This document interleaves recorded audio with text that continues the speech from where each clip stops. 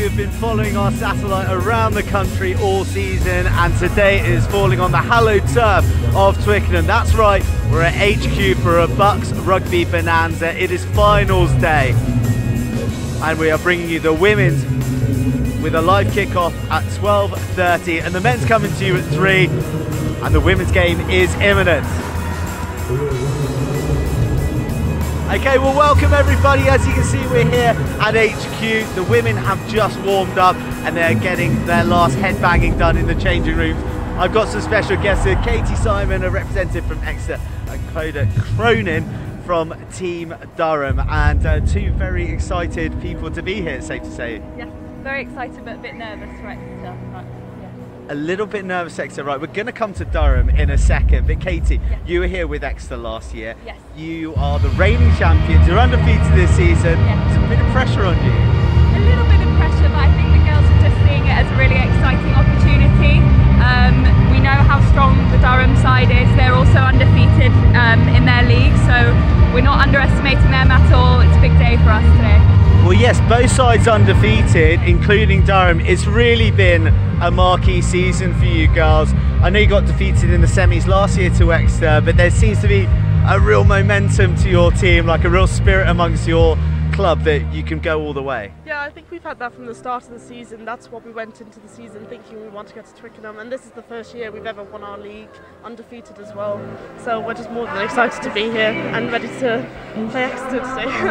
Well, I mean, you guys started with a bang. I think your first 3 games you scored nearly 250 points without conceding one. Very lucky with our try scores. Lucky, that's very generous of you. It has got tougher though. You put down Hartbury in your semi-final and you played them last year. They're no mean feat. We were very scared to play them. We'd heard loads of things about England players, about everything, but we were just more than excited to play them, like a new challenge, and that's what we've looked at every game as, and that's what we're looking at this game as, just a new challenge for us to overcome. So tell me, what has been the difference this year that's taken you to these dizzy heights? I think we've just really focused on being a team this year. We've really bonded. We train well together. We've just been really excited from the start, and I think from that momentum from the start, we've just tried to push it all the way through. Yeah. Well, you mentioned being excited as a team. We interviewed your coach Cameron, who established the club 36 years ago, and the emotion is pouring out of that man's pores. I don't think he could be any more excited than any of us. He's been waiting for this day for 36 years, and he's been with us every day, and we're just lucky to have him.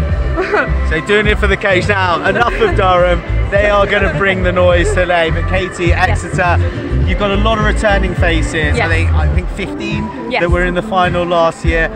You've got that experience, but who's coming to the fore? Who are those first and second years who are stepping up this year? Well, we've got a lot of girls who are playing in the Tyrrell's 15s Premiership, so we're looking to them to bring a lot of experience to the team. We have a couple of freshers in there, but we're really banking on our experience today to sort of carry us through. Yeah. We've got some old girls in there and some new girls, so it's a good mix. I'm not sure they'd appreciate you referring to them as old girls. They wouldn't mind. They wouldn't mind. Clara Nielsen knows who I mean.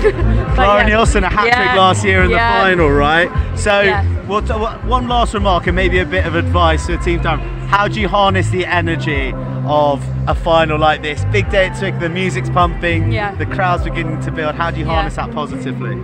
I think just really seeing it as an opportunity. This is a fantastic showcase for both teams for women's rugby, which has grown so much in recent years. So we know we're representing our university, we know we're representing old girls, lots of which are here today. So it's blue skies, it's perfect weather, just seeing it as a really exciting opportunity. And yeah, you're playing for your teammates, for your best friends, and if that doesn't motivate you, I'm not sure what will. So yeah. Playing for your teammates and showcasing women's rugby, that's what it's all about. All right, girls, I can see you are itching to get in the sheds, okay? Get with your teammates, so thank you so much. We're going to catch up with what the coaches said before the game. I say Keith Fleming, Director of Rugby at Exeter University. Another season, another big day at Twickenham for the Exeter women. Yeah, no, it's fantastic. They worked really, really hard all season. We've had a nigh perfect league season, and they fully deserve to be here. Well, they certainly have. They've won every game this season, and last year they probably came into the final as slight underdogs. They're coming back as defending champions and probably favourites. A different expectation comes with that tag. Yeah, probably not always liking to come in as favourites. Much prefer to be underdogs, but The girls they're in a good place at the moment, so hopefully we can settle their nerves, and once the whistle goes, hopefully we'll be okay. Well, there's a huge number of girls who featured in the final last year who are returning. I think 15 in all in the squad. How invaluable is that experience in the side? Obviously that's going to be quite a big thing to help settle the other girls as well, but to have been here and done it already will also make it a little bit easier for those girls.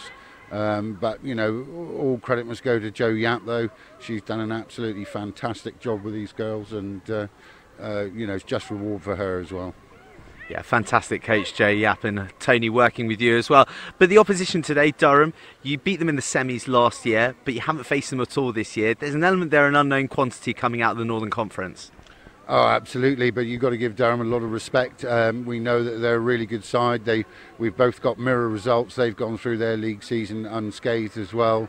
They're a good, fit-looking side, so I'm sure that it's going to be a real battle today.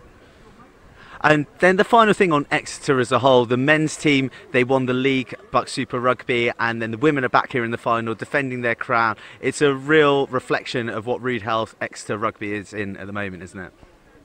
Yeah, I hope so. You know, we work really hard at it. It's not something that comes just easily to us, but you know, all credit to both men and women. We're one club. They all work extremely hard, and the harder you work, the luckier you get. Excellent stuff. Well, wish you all the best, Keith. Thank you very much. Cheers, mate. Cameron, head coach of Durham, very much the father of the whole programme. It's your 36th year, you built the club, and it's your first final at Twickenham. Well, what can I say? It's been a long old road. There have been a lot of other people out there that have helped me on the road, but I've stuck at it. It's just an absolutely fantastic feeling just to be here, especially this group of girls, unbeaten this season. I mean, the hard work they've put in, the toil, the times they didn't want to train and they had to train, they've just got on with it, and this is reaping the benefits today. Well, your programme is going from strength to strength. You've got the largest in the country, you've got 3 senior teams, 2 7-sides, loads of intramural sides, and now undefeated this year and in the final. How have you got the girls to this stage? Just hard work and just teaching, learning. I learn every day. I mean, some of these, 2 of the girls today started off in our 3rd team, and now they're at a BUCS final, and that's just testament to them for wanting to learn and get on in life, and they're here. So what can I say, really? Well, looking at the game today, looking at the opposition, you fell to them in the semi-finals last year away. There's a lot of returning faces. What did you learn from that experience? Last year, defeat's hard to take, we know that, but you've got to move on in sport. You take the defeats and just move on and keep on building and keep on building. And you know, they probably looked at our videos, we've looked at their videos, we know where their strengths are, and it's just confronting them, really, just getting in the faces and confronting them and make them panic. They're human beings, we're human beings, but we just need to annoy them a little bit and get them frustrated, and hopefully that will pay off and hard work from us get over the line. If it doesn't go over the line, we move on. That's sport. Well, that growth and progress is clear for everyone to see. 10 wins from 10 this season, and beating Hartbury in the semi-final and beating them well, that must fill you full of confidence. Oh, very much so. I mean, the way we beat them as well, I mean, they scored a couple of tries at the death, but we'd won the game. Just yet again, just the hard work and, you know, the old cliches of rugby, you know, they put the bodies on the line, and yet again, he's on the line. If they don't, it'll be a very, very sad day. Well, bodies on the line is the order of the day, but you've got a wealth of experience in there. Your hookup with DMP Sharks particularly rings to me. There's a few England players in there. How much are you leaning on that international experience? You've got a Black Fern in there too. Yeah. Well, yeah, experience is a wonderful thing, but we're a team. And we've got to play as a team. It's not individual players. We're not that out there 1 or 2 players are going to win a game. It's teamwork, teamwork, teamwork. And hopefully we do have leaders, and if the leaders start playing rugby, the followers will follow on, but we all know what our job is, we all know what we've got to do in the day. If you can't do it now on this day, I said to them in the changing room, if you can't do it today, get on the bus, go around to Tesco's, go off to the pub and have a great day. This is what they're built for, and let's hope we make a great impression today. You're here to win. Look, we wish you all the best and a fantastic day, Cameron. Thank you very much indeed. Get back to your girls, sir. Thank you. The players are on the pitch, the culmination of a season. The Green Machine versus the Palatine. Exeter taking on Durham, and I can think of no finer voices to guide us through this one but Dave Rogers and Danny Milton. Thank you very much, Joe. We are counting down to kick off here. Great to hear from both coaches beforehand. But someone we didn't hear from was Jo Yap, who's been at the helm of Exeter and masterminded their victory last year. It is her final game in charge of the green machine today. The town is there to be painted. Will it be green or will it be Palatinate? The first colour that struck me today, that was blue. Stunning conditions here at HQ.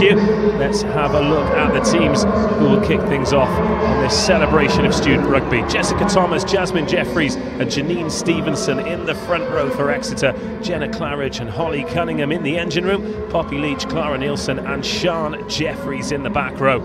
At half-back, Katie Mattinson and Hannah Gascoigne is the skipper at outside half. Zoe Healy on the left, Lily Stoiger-Goddard on the right, Kirsty Exley and Laggy Tuima in the centres, and Kat McNaney is at full-back.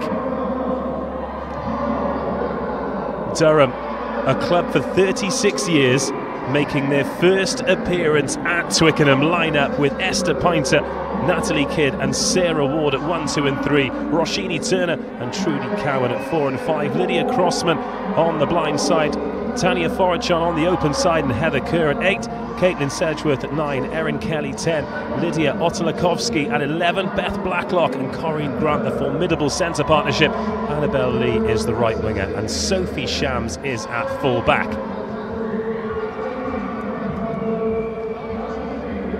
It gives me great pleasure to welcome Cardiff Met Director of Rugby Danny Milton to the co-commentary position as we look at the benches for both teams. Danny, great to have you here, and what a special occasion, as you well know, for everyone involved today. Absolutely, Dave. It's a really exciting time for both teams. I'm sure there'll be a lot of nerves on show. You know, for some of these ladies, this will be perhaps their biggest occasion, and for some of them, their first time on the hallowed turf of Twickenham, and looking very exciting. Well, speaking of first times, everyone in a Palatinate jersey will be stepping out for the first time today. We heard from Cammy Henderson beforehand. He's been at the helm of this Durham University club for 3.5 decades. What a moment for him, and proof that no matter how long you've been in rugby, there's always something special that you can achieve. Exciting thing with student rugby, and to see the time, effort and commitment that people put into these programmes, quite often sometimes as volunteers. It's a credit to Durham and a credit to Cameron himself. And a word on Jo Yap. She's done wonderful things with this Exeter team. Already got her hands on that trophy last season. She's kept most of the squad together too. 16 players who were involved today were involved last time out. But her last 15s game today, what do you think is going through her mind? Again, I'm sure there'll be some nerves, like it will be for the players. They have got that experienced mind with a number of those returning students, but Jo can be really proud of developing a fantastic programme here at Exeter, and you know, you really do have probably the two best sides in women's rugby here today. Well, a little bit later on, we'll take a look at some of the results, because both of these teams have spent most of the season blowing their opposition away.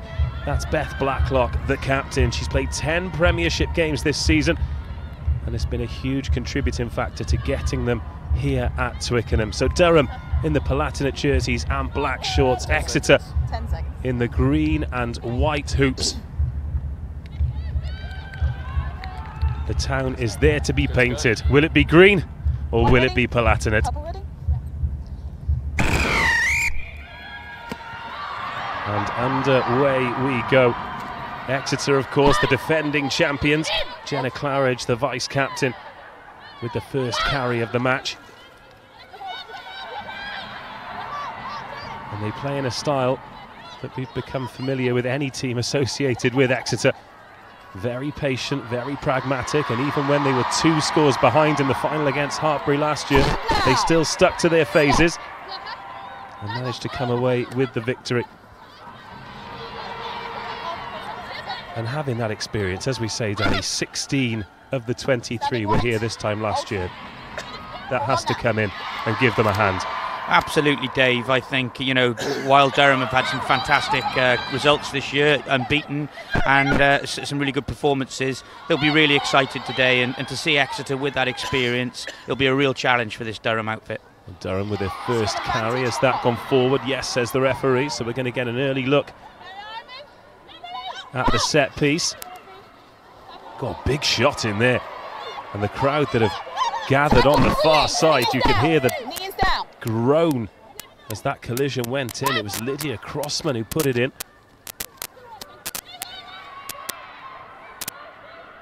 But we'll have to wait a little bit longer for that set piece, as the referee says advantage over. And no sooner has she said that than the ball goes to ground, but backwards. And Durham can reset the defence. There's Poppy Leach, fully capped England international.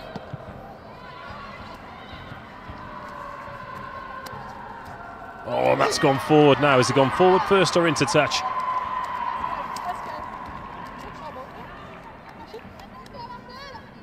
And that's one of the nice things about this Exeter side as well. It's brilliantly old school in so much that we've got fully capped internationals and players who've taken up the sport for the first time when they've come to uni. Absolutely, and I think when you look at women's rugby, what an experience for people to be, like you say, playing alongside England internationals with people who've taken up the game, and that's an exciting experience for everyone. A great platform here for Exeter. Clean line-out ball at the back, and now they put the width on it. That's Lily Stoger-Goddard. Gets the offload away, and they're into the 22 for the first time. It could open up here for Exeter. Dragged down, 5 metres short. Scramble defence for Durham keeps them at bay, but Katie Mattinson digs for it. And is being pushed forward. And what a chance here. 2.5 minutes gone, but it's turned over. Lydia Crossman. And then Lydia Otokolowski, should I say, gets bundled into touch. But Lydia Crossman, I've got a feeling she is going to have a huge part to play today, the Kiwi. She's already had one big carry. She put in that huge hit on the halfway line and then a try-saving turnover from the flanker. She also had an excellent semi-final, getting on the score sheet there in a fantastic win against Hartbury. So a good player. They tried to get hands on that, Durham, but to make it 2 from 2, and here comes that drive. Talked about things synonymous with Exeter. Pressure in the pack is something that they absolutely subscribe to, and they've got a penalty coming here.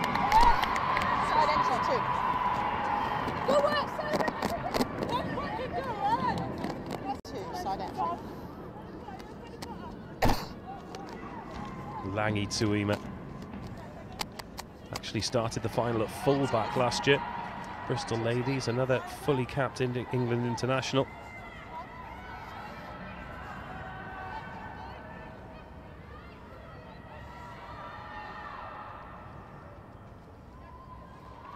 And again, there's a hand up there from Durham, just spoiling. Taken in by Jenna Claridge. Exeter coming forward in numbers, driving for the line, 5 metres short. Clara Nielsen. Only half tackled. Exeter really knocking on the door here. That post protector could come into play. Katie Mattinson dots it down against the base of the post, and they're off the mark. Exeter 5, Durham 0. And it doesn't matter who's in the jersey, Danny, that's a classic Exeter try. Yeah, again, very pragmatic, look after the ball well. They got into that, red zone, kept hold of the ball, and very bright from the 9, Katie Mattinson there, recognising how close they were to the post and using that post protector to dot it down for a try. You can see Durham, plenty of numbers around there, but there's just no way of defending that. Katie Mattinson opens the scoring. Langi Tuima with the chance to add the extras, which she does. And Exeter off to a dream start. 5 minutes gone. Exeter 7, Durham 0.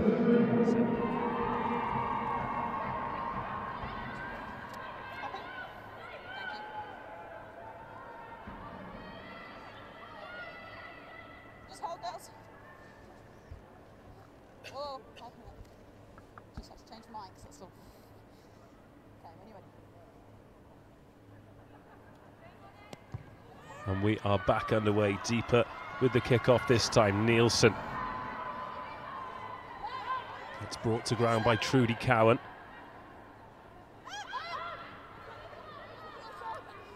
It's Poppy Leach.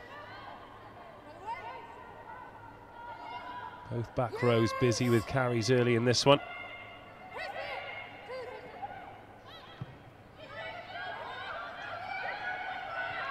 That's taken by Sophie Shams, twice a Dubai Sevens winner with Dubai Exiles. Rashini Turner, another player involved with DMP Sharks in Durham's Palatinate jersey today. Kick does manage to get in between 14 and 15. Kat McNaney, really nice kick. The chase comes on as well, it stays in, and Caitlin Sedgeworth manages to get it away. Wouldn't be surprised if we see more high balls from Exeter in the first half, because Durham looking into the sun.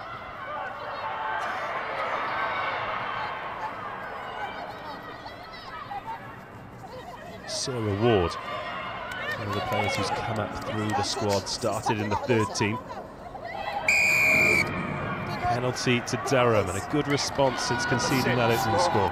Yeah, absolutely, and I think perhaps you know, one of the major developments in the women's game is, if you looked at this, you know, fixture sort of 5-10 years ago, perhaps the skills on show might not have been up there, but some of the kicking already that we've seen has really got an added depth to the game now. And watching the Exeter 9 and put those box kicks in, you know, got that early pressure, and Durham have come back from that now, and it's been nice to see them with some hands on the ball. Well, Beth Blacklock is having a go at the sticks here. A metre or so inside the 10. This would be some thump.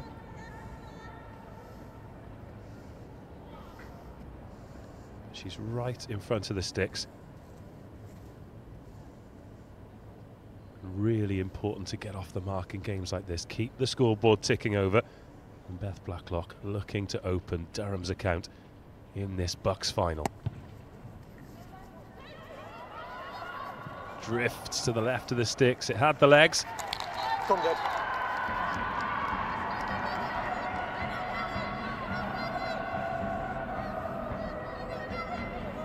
despite the fact that it missed, it is a bit of a warning sign for Exeter, in so much that they can't give away penalties inside the 10, because it could yield points.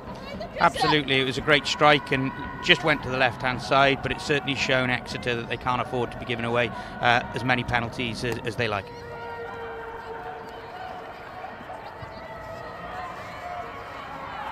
I bet that one bounced, but they can get back into the Exeter half straight from that 22.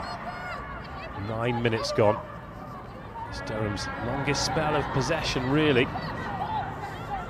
Sfora John, the pack leader, takes it in. Oh, nice inside ball. Good hands there from Beth Blacklock. As a result of her success this season, she's been called into play with England development. A bit of a breakthrough season for her. It's gone backwards off Erin Kelly. And Durham go backwards again as Exeter pile forward. Now they have the advantage and they've absorbed that pressure well. Oh, nearly fingertips on that. Advantage coming from the knock-on. And there's occasions like this, they often bring out plays like that, don't they? We'll see an exceptional try or a moment of brilliance or an interception, something to really set like the touch paper, if you will. I think one of the things aside that is the size of the pitch, and you know, if you just actually look at the space that the teams have, both sides won't be used to this, and so they might throw that pass and it might happen. Got Joe Burns there with all his friends.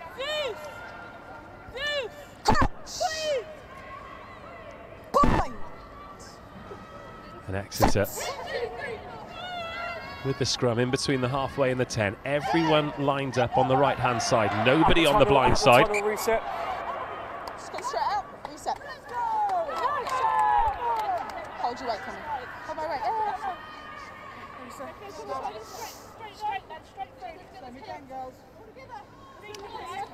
The scrum was a big factor in the semi-final for Durham, and they were certainly on top in that game. So it'll be interesting to see if this is an area of the game that Durham can get on top of. Which is interesting, given that Esther Pinter, with the number 1 on her back, joined the club by accident. Really? Yep, she went to the Freshers' Fair to join the lacrosse club. The lacrosse club didn't turn up, so she thought, you know what, I'll try rugby, and here I am at Twickenham as Tuima breaks through. Oh, and sells the dummy, sells Sophie Shams, then it goes forward. Unbelievable. Oh, Laggy Tuima saw her name in lights, and now the opportunity's gone. What about that dummy to sell the fullback, though? Well, it was a great break, wasn't it? It was a lovely move off the set piece, solid scrum, and then Tuama went through, and as you say, an excellent dummy. Unfortunately, I hope that doesn't come back to haunt her later in the game. Well, what a let-off for Durham.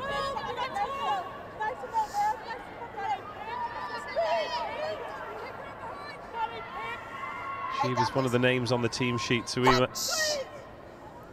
People have really got their eye on her as someone with a massive future in the game. Well, I think that's, that is where Exeter do have that distinct advantage today. You know, the number of international players within their setup. And while Durham have had some outstanding results, you do wonder if that experience will be enough to get Exeter over the line.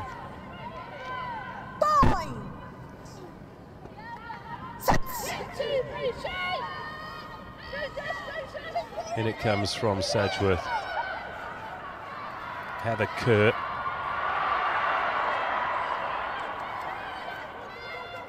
He's backing down at number 8, but wearing number 3. Kick turns Lily Stoiger-Goddard. Put some footwork on and hands off Otulkowski.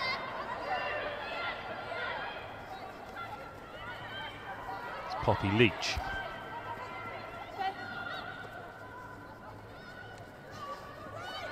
Exeter looking to go through in twos. Producing quick ball here though.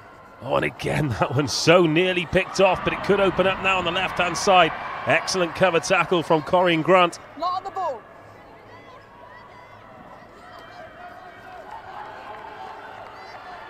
Those two centres for Durham, as I mentioned at the top of the show, real standout performers as Durham come rushing out of the line, trying to make the tackle, trying to cut the ball off at source. But Exeter maintain possession now. Has that gone forward? Yes, says the referee, Clara Nielsen. The PhD student couldn't quite gather. And another let-off for Durham. Let's have another look at this from Tuima. So here's the dummy, looked inside, sold Sophie Shams, and oh, it's come off the thigh.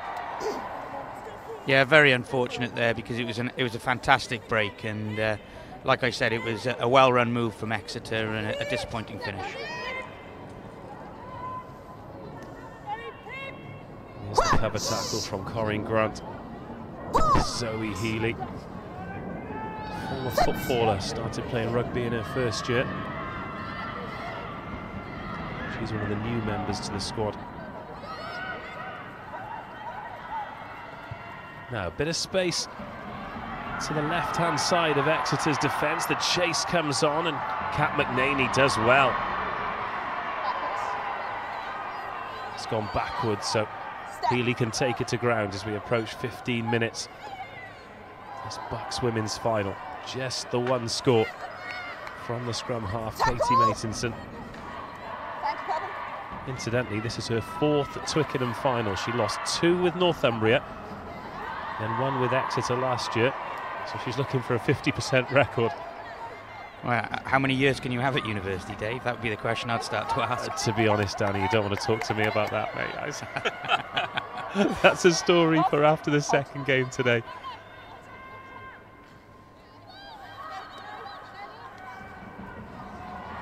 Got a real mix, as we said.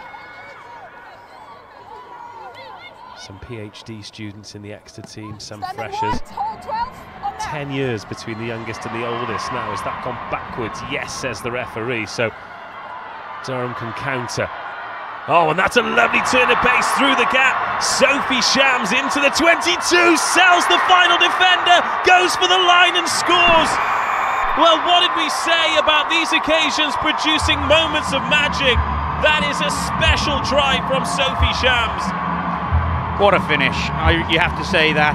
We talked about the big open spaces here at Twickenham, and Sophie got hold of that ball and she put her head back. I was a bit concerned that Exeter, with some real dominant carries, were starting to get control of the game, and that has just turned the game on its head. Well, she's exhausted, and I thought with 10 metres out she might have hit the travelator. But we had a special dummy from Tuima earlier and another one from Sophie Shams here. So that's the halfway line. She spots the mismatch there and she goes round the prop forward. Good play from the winger as well, keeping the outside defender honest. And there we go. Katie Matinson left flat on her backside.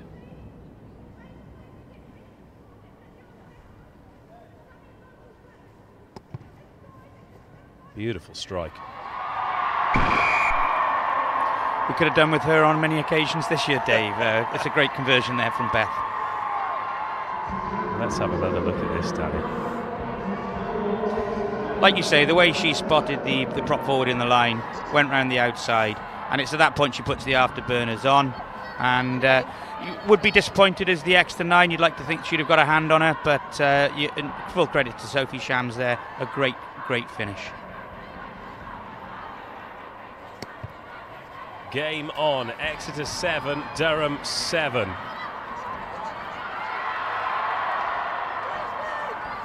And I think that was important for Durham as well. As you said, Exeter were just starting to get the upper hand in terms of the dominant carries. I think that experience we talked about, you know, Exeter did really start to control that first 15 minutes on the ball, and you did start to wonder, would Durham start to get their chance to put a stamp on this game, and Sophie certainly did that.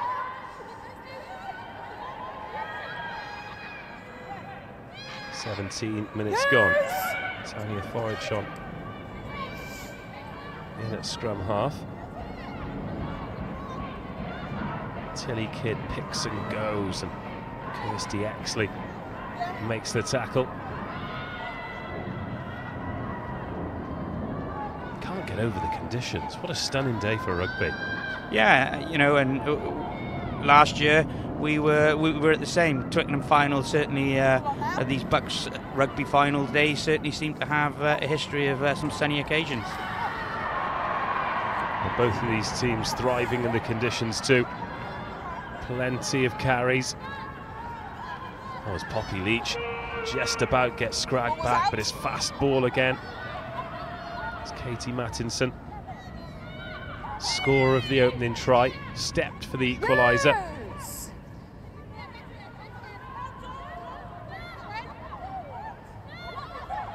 Oh, I thought that had been turned over then, illegally so.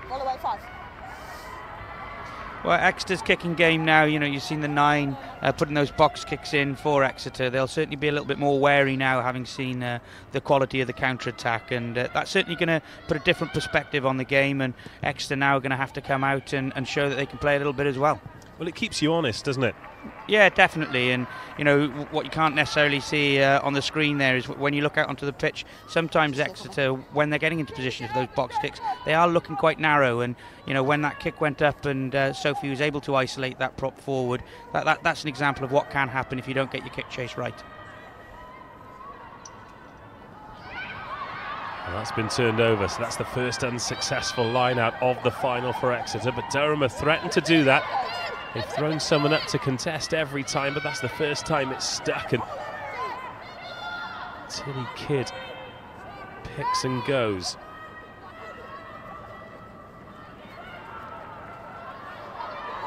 There's Sophie Shams having another go. Oh, and that's been knocked forward.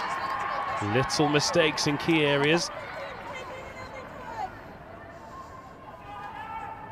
So having a look at the players before the game, Sophie Shams this season alone has played 6, 7, 8, 10, 12, 13, 15. Wow. Certainly got to learn a few technical aspects of those positions, so she's done well there. Certainly has. But a great chance to respond here for Exeter. This time they've lined up with 3 to the left of the scrum, 3 to the right. Bang in front of the sticks, 5 metres outside the 22. Great attacking platform.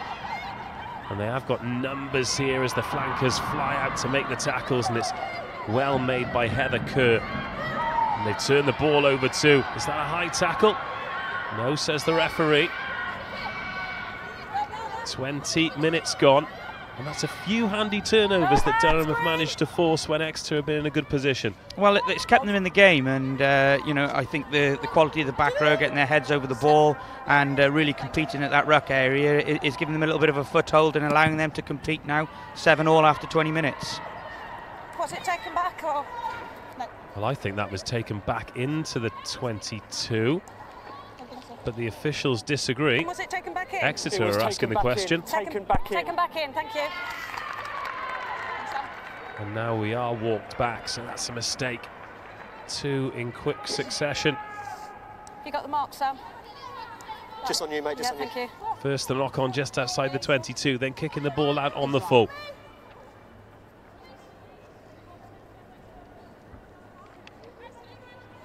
So another opportunity here, Clara Nielsen. Last line out got intercepted, but that's good ball at the back, and Mattinson can set up Hannah Gascoigne, the captain.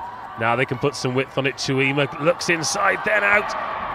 And that's just about gathered before it's knocked on, but Zoe Healy just has to pick up the pieces.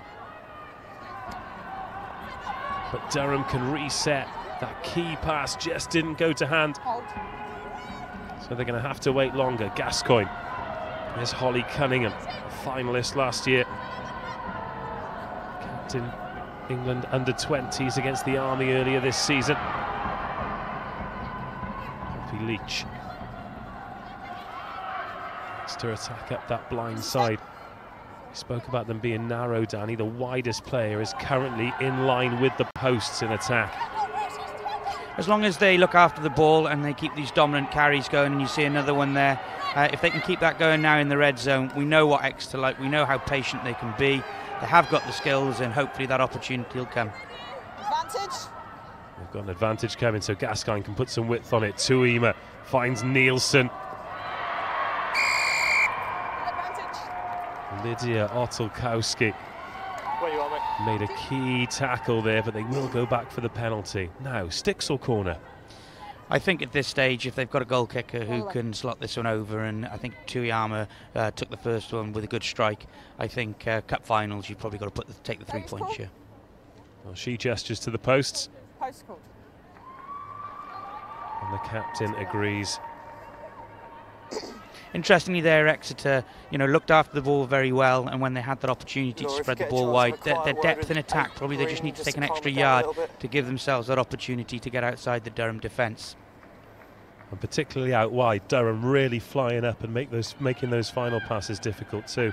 Yeah, and that reinforces, when teams are coming at you with that line speed, you do have to do one of two things. You've either got to give yourselves that extra yard, that bit of depth to be able to make that pass, or potentially just dink it over the top and look behind them.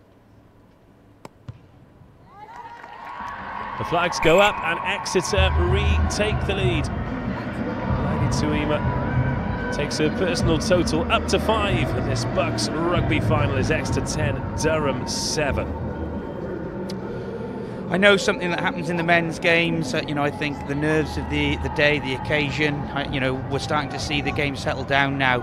I'll be really interested to see how both teams look in that last 20 minutes of the game, because it's a big day. The emotion of the day can really take it out of you. You're playing on a big pitch, and I know certainly from the men's final in previous years, that last 20 minutes you can really see some changes happen. So it'll be interesting to see how this develops. You have not been here for a men's final, have you, Danny?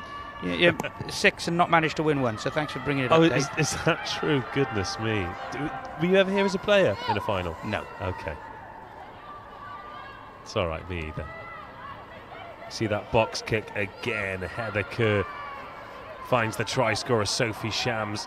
Oh, is that a forward pass? Thought it might have been, but Annabelle Lee run into Exley instead on the halfway line. Now that's good quick ball. Lydia Crossman loves a carry, gets up over halfway. And look at that dancing footwork before Poppy Leach puts the left shoulder in. Goodness me. Well, we use the phrase sort of ruck speed kills line speed, and I think you saw an example of that there, where the speed of the ball that Durham were producing made it very difficult to get Exeter to get off the line, and unfortunately there the only way they could slow it down was illegally, and that's given Durham the opportunity to get their first line out of the game inside the Exeter 22. Huge shot from Poppy Leach, but illegal, says the referee, and this is a great chance for Durham to respond. Ladies, drop, marks all over.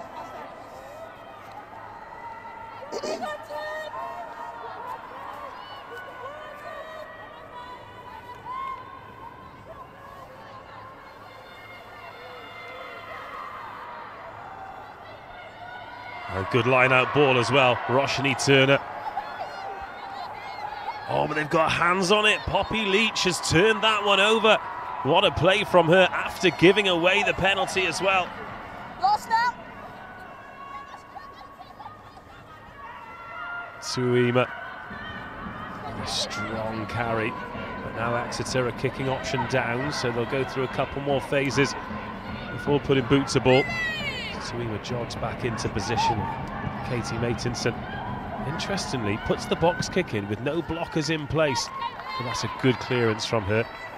It's the second or third time she's actually got the kick away without putting her blockers in place. And you know, if I'm a Durham coach here looking at this, it's something I would definitely look to get after. I think they can put a bit of pressure on, and you never know, that charge down creates one of those opportunities that Durham might be looking for.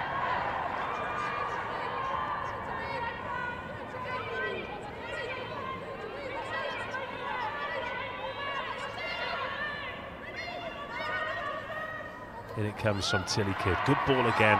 Roshni Turner, Hong Kong age groups player, really does look a good line-out option for them. Not turned over this time, so they can build on the 10-metre line. A minute short of half an hour, but that is slow ball. Erin Kelly. Oh, inside ball there to Sophie Shams, who tries to free the hands. It's not been knocked on, but it has been turned over, and no sooner have we said no blockers in place than Roshni Turner flies through and manages to scrag Matinson. Matinson was looking to exploit the turnover there with nobody in the backfield, but you know, as you pointed out, Dave, you've got to get that support in to make sure you can get that kick away. Tuima dummies around another tackle, gets brought down herself. Exeter stacked the blind side this time. Big shot there from Trudy Cowan.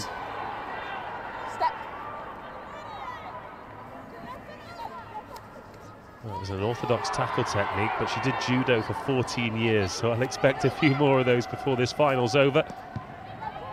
Yeah, the confidence it gives. You know, you've seen the England national team using those techniques to try and improve their tackling, and oh my God. Shams is through again! She's beaten the first line of defence, the inside ball. Well, the tackle's been made, but Sophie Shams has torn a hole in Exeter's defence once more. Heather Kerr, 5 metres short. What an asset the Durham fullback is. Now they've got the width of the pitch to play with, but most of the numbers narrow. Pick and go. Heather Kerr adding weight. Sarah Ward in there as well. Questions for Exeter to answer as Durham look to take the lead in the match for the first time. There are hands on it and an advantage coming. Durham have a free shot at it here. Caitlin Sedgeworth isn't going to need to get hands on the ball because they've gone straight from the base and Durham take the lead. Well, I thought for all the world they were going to put width on it, but instead Lydia Crossman makes it Durham 12, Exeter 10, but it all came from Sophie Shams. She has been the game changer. In these finals, you're looking for your X-factor players to, you know, step to the fore, and I know that's something that's critical to these games. And Sophie, like we said, with 2 breaks, has had a huge impact on this first half. And Lydia Crossman, try scorer in the semi-final, try scorer again. What a finish! Well, she's had a great half an hour. She's put in shots, great carry, she's turned the ball over. And now she's put Durham into the lead for the first time in the final.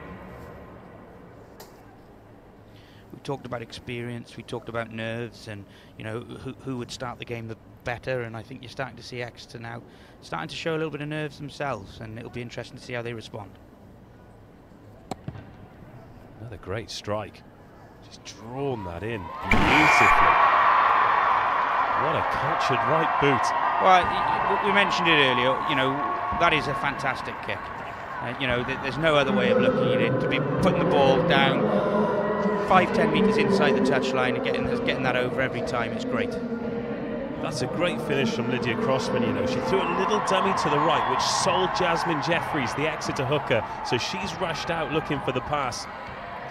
You mentioned it, these sort of X-factor players, and Lydia now, she's been all over the park, like you said, turnovers, carries, and you know, finishing off that break from Sophie, and Durham can be absolutely stoked with this start to the game.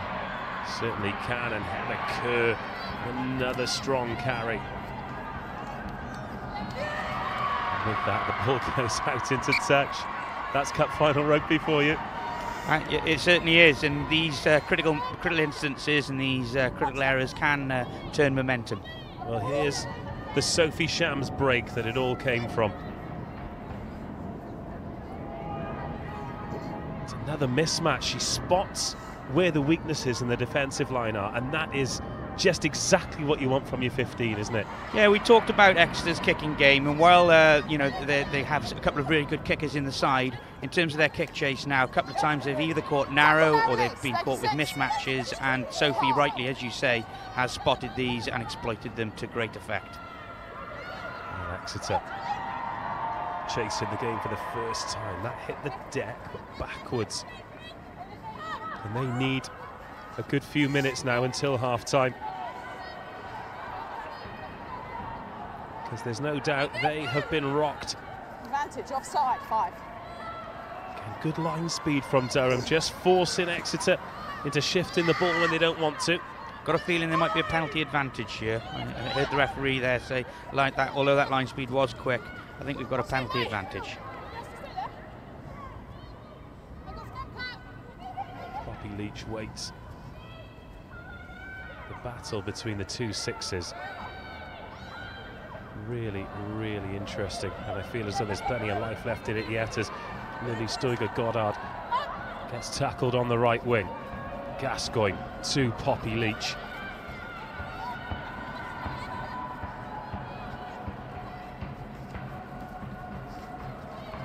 Oh, Kat McNaney tries to wriggle free and does so. Leach, oh, scragged down by the shirt.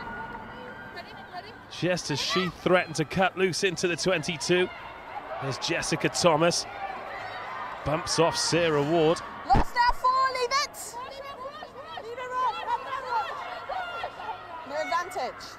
Not quick enough for. Now the advantage is coming to Sian Jeffries. Crunches into the try scorer, Lydia Crossman. Chip in behind. Straight to Sophie Shams. We know how dangerous that can be. Oh, do you know what?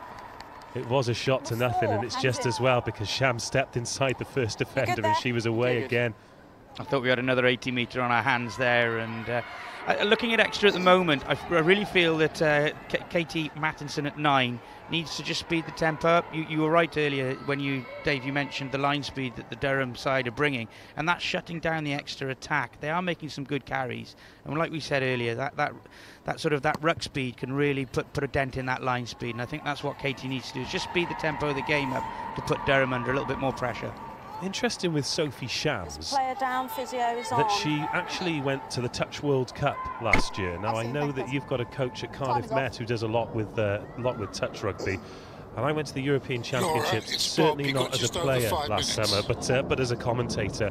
And the skill level that players in both the men's and the women's game are getting from touch rugby, spotting gaps, handling, a real asset when it comes to situations like this. Yeah, Owen Smith, the coach at Cardiff Met, he puts a lot of time and effort into helping these programmes, and like you say, the skill development, and that's probably been what I see is the major step forward in the women's game. You look at the introduction of the Tyrrells League, you look at the quality of the BUCS programme now with the introduction of the National League next year. The skills on show are improving, and it's becoming a spectacle that people want to go and watch. The crowds are fantastic, and it's starting to really grow the game. I'm really looking forward to the National League because you know as well as anyone the inception of BUCS Super Rugby in the men's university game has meant the level has gone through the roof week in, week out. And looking at the results for both of these teams, you've got 60s and 70s and 80s. They need bigger challenges. The best teams will get better by playing the best teams. I know it sounds obvious, but it's really something to look forward to. Yeah, and I think, you look at those results, we want to avoid those mismatches in the scorelines. And when you look at the leagues and you see the likes of your Exeters, Hartpury's, Cardiff Mets with your Durhams, Northumbrias and Edinburghs, if you're playing those teams home and away every week, is an exciting game. Every week is a tough outing. That is only going to help in terms of player development. A lot of travelling there, isn't it? It is, but it's exciting games, and you know, if we want to grow the game, these are the sorts of things that have to happen to get the quality of rugby that we need. Also, we might see some great double headers if you've got Durham's, Exeter's, Cardiff Mets. Yeah, and I think that in terms of scheduling now, that's something that the universities and the BUCS programme will have to look at to see if we can really grow these as spectacles and events. Huge chance then for Exeter. Back-to-back penalties, and they've got the line out 5 metres out. Last time they were here, Durham managed to turn it over through Lydia Crossman. But now Exeter towards the line. Clara Nielsen has it at the back. Watch out for number 7 on that blind side. Snaffled, stifled this time, but surely it'll be a second try, and it is. Holly Cunningham wrestles the lead back for Exeter. Yeah, that's twice now Exeter have got themselves into that position, and like you say, Lydia Crossman with a great turnover the first time, but Exeter showed great patience there, allowed that to materialise in front of them, and they've got themselves over the line, and that'll be a big relief for Exeter. The first time we've really seen them manage to stick to that discipline. It didn't work out the first time. Clara Nielsen got stopped short, and Holly Cunningham there, the number 5 at the back. Undefendable. Yeah, and I think it's not just the work of the ball carrier there. You look at the work of Poppy Leach in front there, just being quite cute in terms of keeping that Durham defender out of the way, allowed that try to be scored, and shows again perhaps that little bit of extra experience that Exeter do have.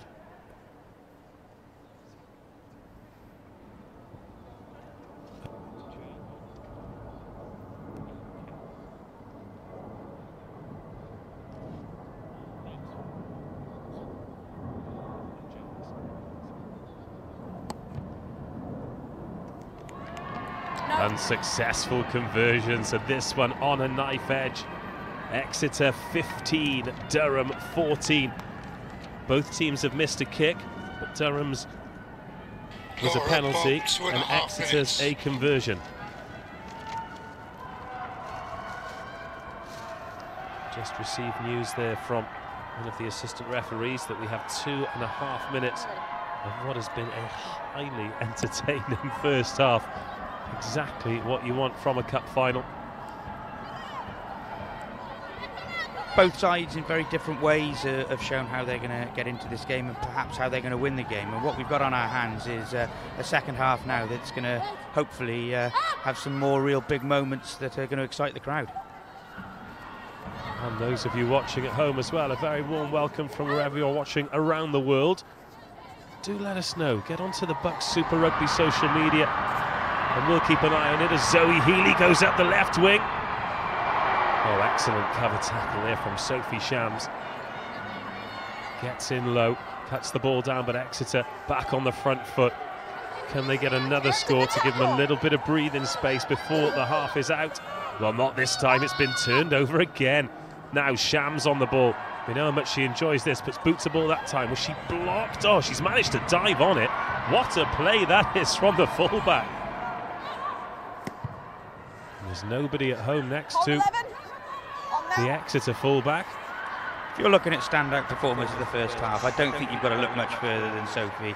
You know, like we said, we've mentioned a couple of other players, Poppy Leach from Exeter and Lydia Crossman, the 2 6s. But in terms of impact on the game, Sophie has been immense.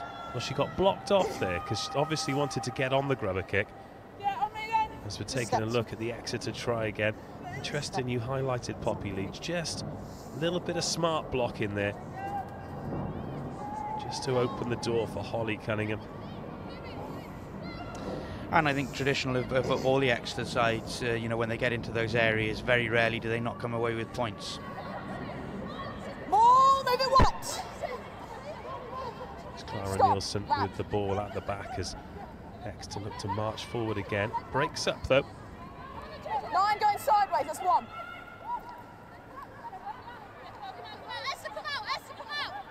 Oh, and that's been turned over. Here we go, Durham on the front foot into the 22 once more. Oselkowski. Sarah Ward waits at first receiver, but holding on, and the chance is gone. It swings like a pendulum, this one. Yeah, I think again, Poppy Leach with the turnover there. You're starting to see the sort of the big game players really starting to step up, and behind it looks like it's going to be a battle between Sophie and Tuama, and then up front we've got the battle of the 2 6s with Crossman and Leach. And in the final phases of this opening half, and there is Langi Tuima. 2 from 3 off the tee for her.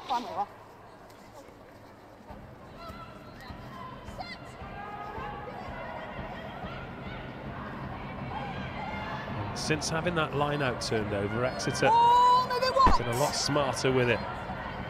There's Nielsen with the ball in the back. It's much more efficient from Exeter.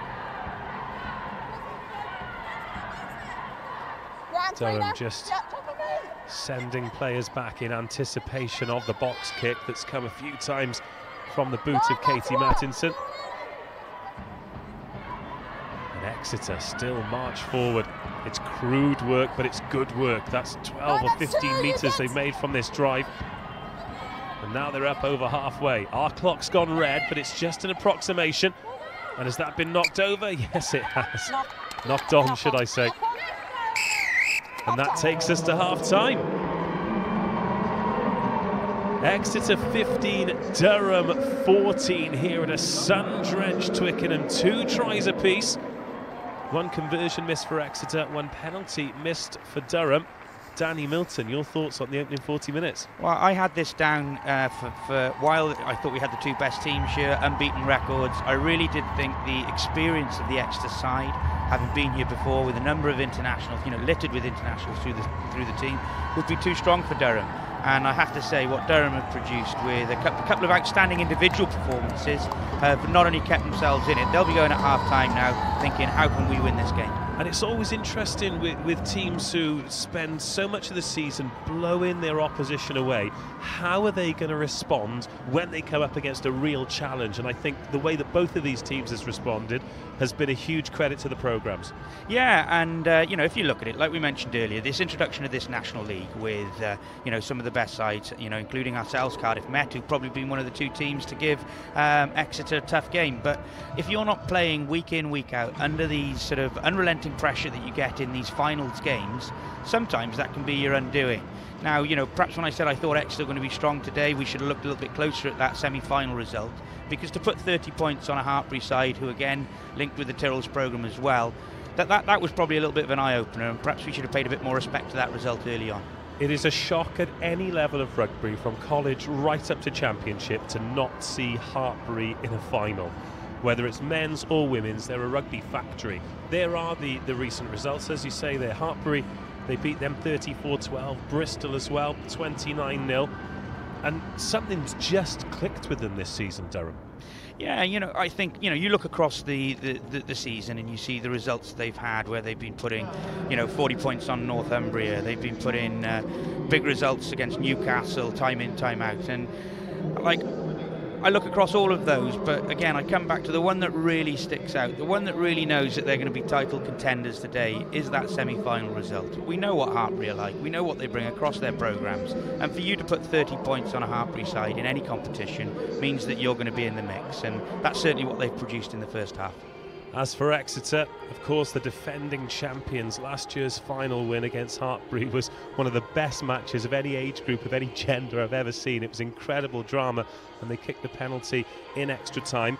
Because of the way the ages and the years have worked out, they've held on to 16 of the 23, and some of the scores there, obviously they put 60 on Loughborough, but that match against your Cardiff Met side, that could have gone either way, but they found a way to win, and they're here at Twickenham again. Well, I was chatting to Alan Shepherd, the performance director from Cardiff Met, about that semi-final, and they were really disappointed with their first half performance. They let Exeter get off to quite a considerable lead, and while they came back and really hotly contested the game overall, it just went to show that if you can get in amongst Exeter and you can take it to them from the start, that perhaps even with all that experience, teams under pressure, sometimes it doesn't go their way. And I think what Durham have done there is they've given themselves a chance. They've said to Exeter, we're here to play, we've got some outstanding individual players, and now it's all in the mix for this second half.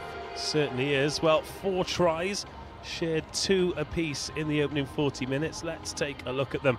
This was the opener from Exeter. Smart finish against the base of the post, and it was so early in the game, and Exeter was so dominant in those opening exchanges. I worried slightly for Durham at this point. I fully agree with you. You know, there were dominant carries, they were getting quick ball, they were going over the game line. I wasn't sure how Durham were going to get into the game, and at that point you did, as you say, rightly so, fear for Durham in terms of what could have happened. We'll take another couple of looks at this one before we see the moment that, in my opinion, changed the game. Durham's first scoring opportunity was a Beth Blacklock penalty. Well, actually, no, this was probably the moment that changed the game, because if Langi Tuima goes in here, then it could be curtains for Durham. She did all the hard work, beautiful dummy, and then one that hopefully won't haunt her for too long. Yeah, like you say, you know, we don't want games to come down to those sorts of moments. We've seen that happen, in the Premiership in recent days, with, in the Pro 14 with Jake Stockdale. And what you don't want is that to happen. But it was a great opportunity. But what we do want is moments like this. Sophie Shams, the game breaker. The first time she really had the opportunity to run at space, and boy oh boy did she give us something to get excited about.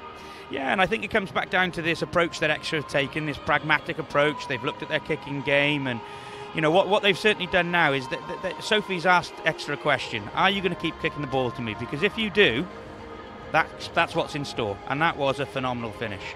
Well, she had a bit of a look around there to see if there was anyone with her. I think her lungs and her legs were burning at this point. Kat McNaney came across to try and make the last-ditch tackle. We'll get a great angle of it here. She actually covered a lot of ground. She started 60 metres out, but it must have been 90 by the time she crossed the try line.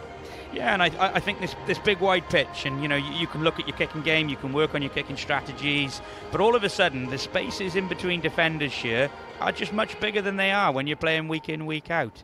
And you're asking your front row forwards, your front 5 forwards to do a job on that kick chase. Yet if you've got somebody with the pace and stepping ability of Sophie, they're going to put your defence under pressure, and that's what she's done. Well, is that the moment that the game changed, though? Is that where Durham genuinely thought, we believe in this, we can do this? Because she's gone through again, and this time she did find the inside ball, and Durham could build off the back of that. You can't just rely on one player, but when you have your big players standing up to the big occasion, then everyone else just follows in line, and that's when the magic happens. Absolutely.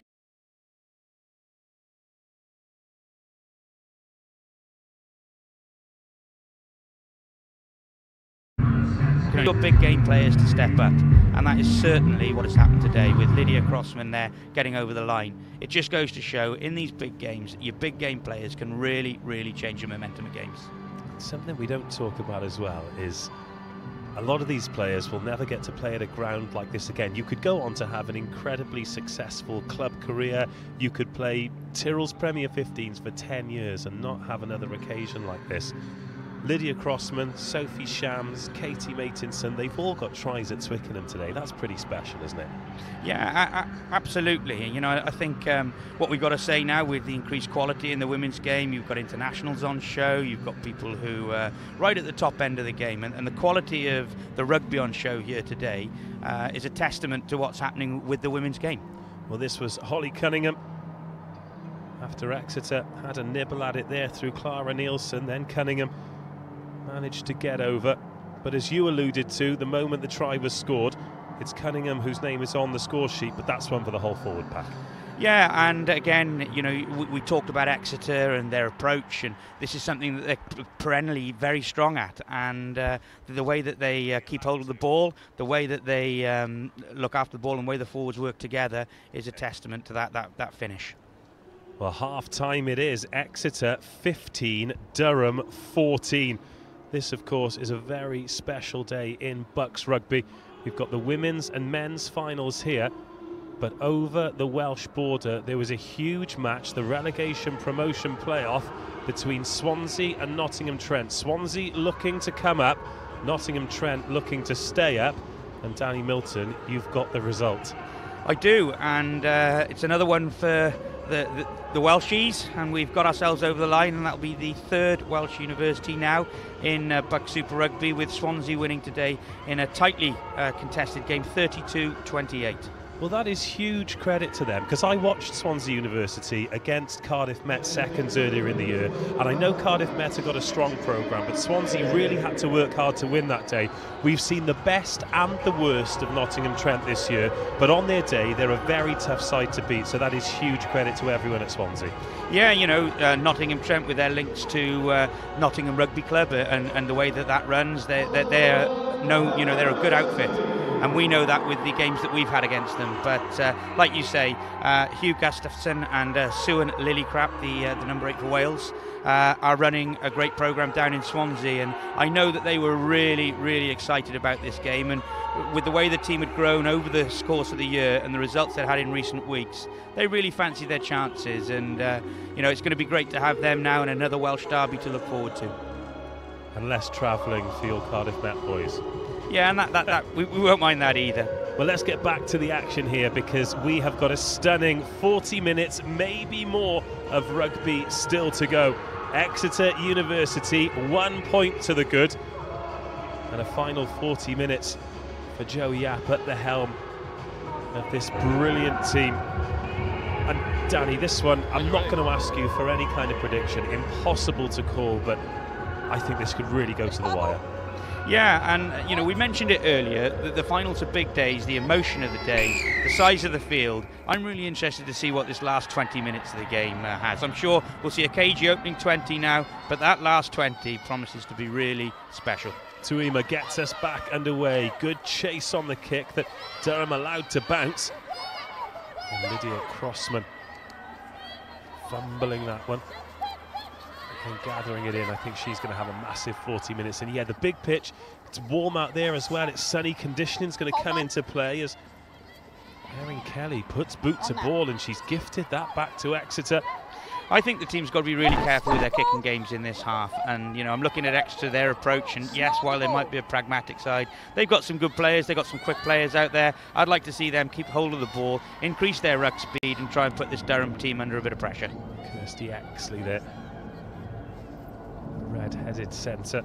A year abroad last year, she played in Munich.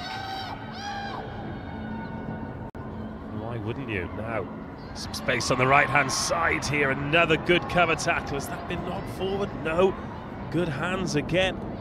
Picking it up off the bootstraps are Exeter. And as I say, that gets fumbled by Esther Pinter. The referee happy enough that it came off the shin. Durham back on the ball, just as Danny predicted.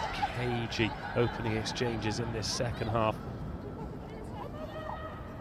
Oh, there's a lovely dummy though to open it up for Durham. Beth Blacklock gets the offload away, and Lydia Crossman into the 22. She's going to go under the sticks for her second try. Oh, well, Durham's highlights reel from this match alone will be one for the ages. Beth Blacklock, a great break there, and it's that lady again. We're talking about these key players, these key moments. Lydia Crossman getting on the end of that one, showing great pace to finish that one off.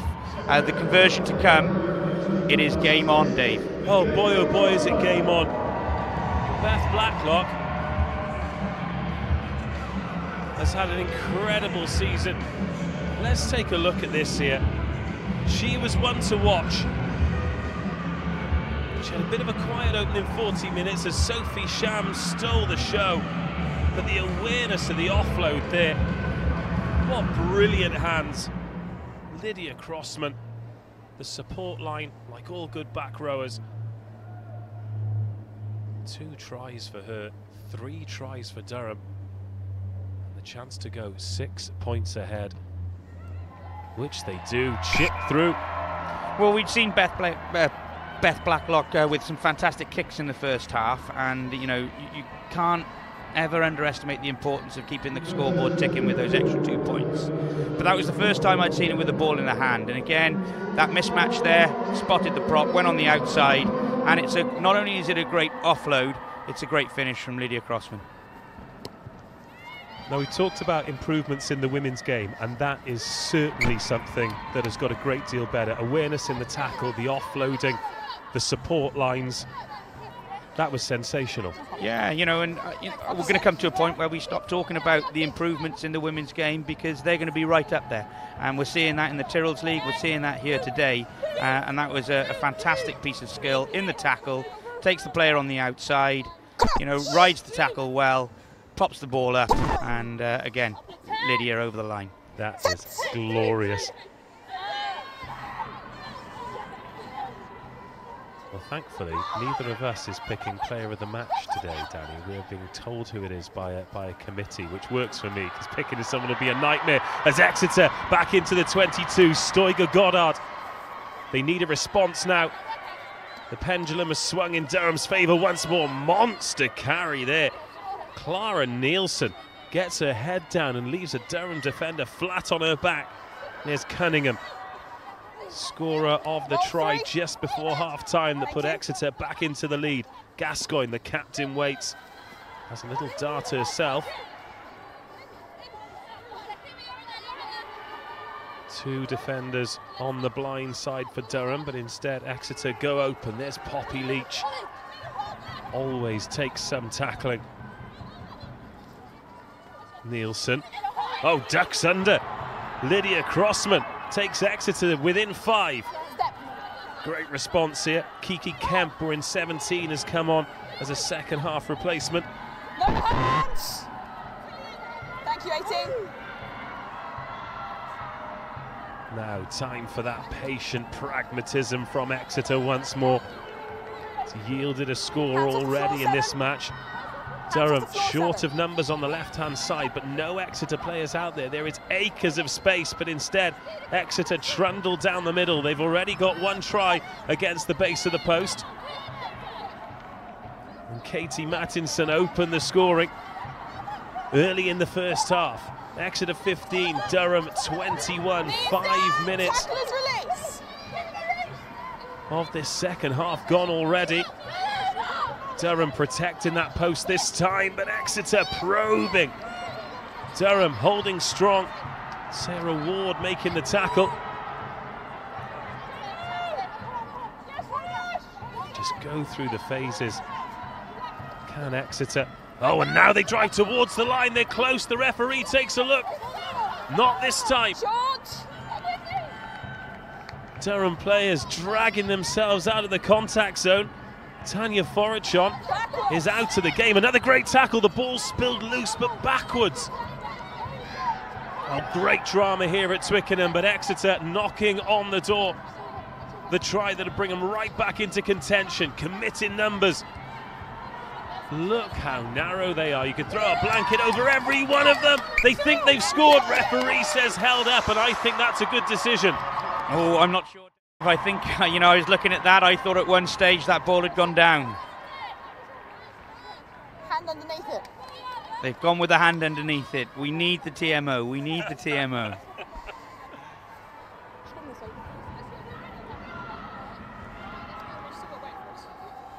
Well, thankfully in BUCS Rugby they don't have the TMO, otherwise Luke Northmore's try wouldn't have been awarded in that Cardiff game. Absolutely, yeah. Scrap that, Dave. Well, let's have another look at this then. Did that ball go down? Exeter.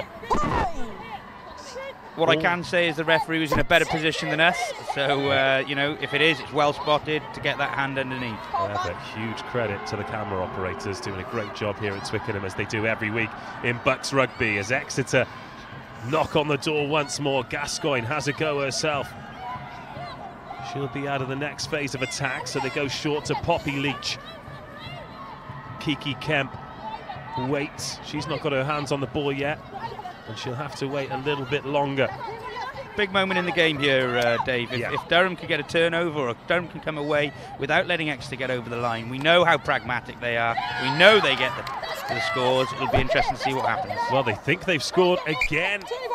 Referee says held up. Oh, Durham hanging on by the skin of their teeth. Change for Exeter, please. Number 1 off. Number 1. You've heard there that Exeter making a change. Jessica Thomas coming off, the England under-20s prop, who incidentally played at Twickenham and the Principality Stadium in the space of a week last year. Yeah, it's a concern for me. I know Durham, you know, like we said earlier, they had a strong semi-final showing against Hartbury at scrum time. It's a big, big scrum, 5 metres out. I'm wondering, can Durham turn this scrum over? Well, that's a huge shout. Sian Jeffries, Canadian from Vancouver, is at number 8. She's going to wheel it and have a go herself. Well, they've got advantage now, Exeter. This is a free go at it. Chance for Clara Nielsen. Skips through the first tackle and gets brought down by 3 or 4 Durham players. Durham crying out for defenders. Over on the far side, has to go. There's bags of space, but the pass isn't clean. It doesn't matter. Lily Stoiger-Goddard gets Exeter's 3rd try.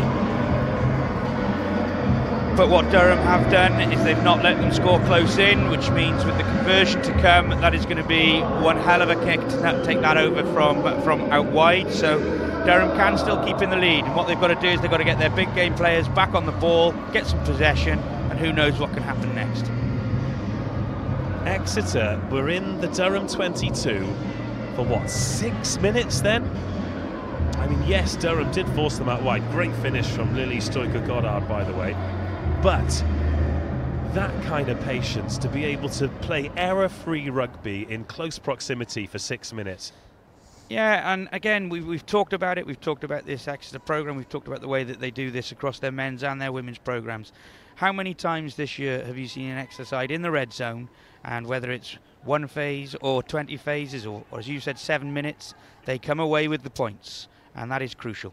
Tuima to put him back into the lead. Oh, it's going to be close, but drops just short. Drops just short of the sticks. Had a great line. Durham hold on to the lead. It was Poppy Leach who put the final pass in off the left hand. Lily Stoiger-Goddard nearly lost it. Did very well. Got through Sophie Shams. Good finish. Absolutely.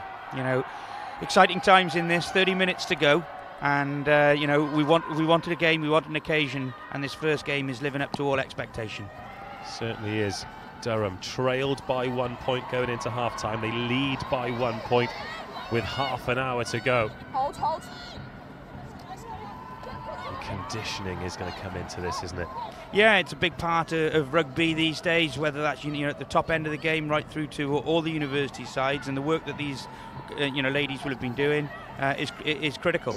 Beth Blacklock making a good tackle there. Important tackle as Exeter wanted to put some width on it early. Annabelle Lee.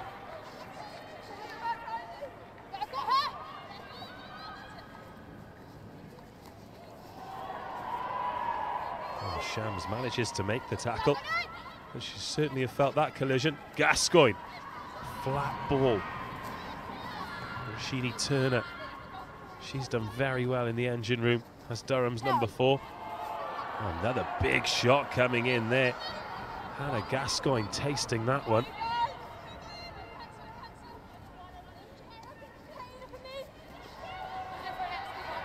Again, Rashidi Turner is the first to make the tackle. She's been a bit of an unsung hero in the Durham side as the lock forward. Just out of your shot. There's a Durham player getting some medical attention. Trudy Cowan, the second row. Has that been turned over? It was out. I think it's going to come back Exeter's way. No, it's not. Oh, they've given away the penalty of Durham. Yeah, I think she's just come off her feet there as the ball spilled out. The Durham player went down to her knee. So I think the referee rightly there has given the penalty towards Exeter. Well, Trudy Cowan got a stinger to the shoulder there. She's shaking it off and she's going to retake her place. I can't hear a lot shout from your players. Yeah. Okay, all I should hear is you when you speak to me, ask a question. Quick word, less shout. Cool. Perfect, thank you. The referee just trying to keep a lid on things there. Players getting excited. And I can completely understand why. Massive occasion. And all 30 out there on the pitch very much delivering at the moment. And that's a great kick. Had some good moments to Army with the boot and also a couple of lovely breaks. Obviously the one fantastic break in the first half. And as we've mentioned, we really hope that a game's not decided on moments like that. But at the moment, with the way it's going, you don't know.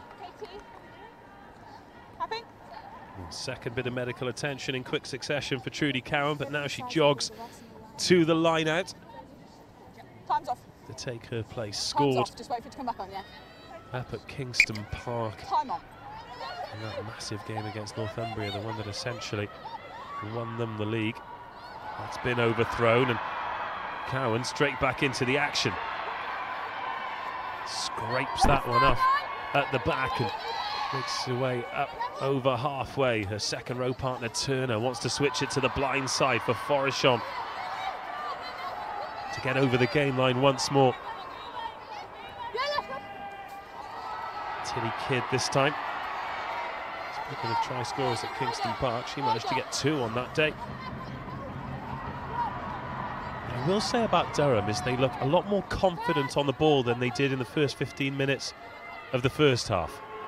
Well, you know, these are big games, these are big occasions, and they certainly seem to have settled into this. And while they might not have the experience of this Exeter side, they're certainly giving everything they've got here today. And you're right, they do look a lot more comfortable now. A little bit off the ball there between Langi Tuima and Lydia Crossman. 2 players who've had a massive impact on this game. And just going through there, did you see Tuima just give Crossman a little bit on the way through as that one goes forward off Beth Blacklock's hand? I wonder if that's a battle that's going to take hold, the centre and the flanker, as this game develops. Well, we've had some key individuals, and you've highlighted 2 who have certainly had an impact on this game. And well, you know, I'm now looking down this substitutes list to see which one of those people coming on, these game changers. Kim Grundy had a great semi-final for Exeter against us, so I'm sure she's looking forward to get onto the field. And I'm wondering just who maybe that substitute is who's going to really change the game. Well, 3 of the Exeter replacements, Ebony Jeffries, Tuesday Platt and Kim Grundy, were all involved in the final squad last year.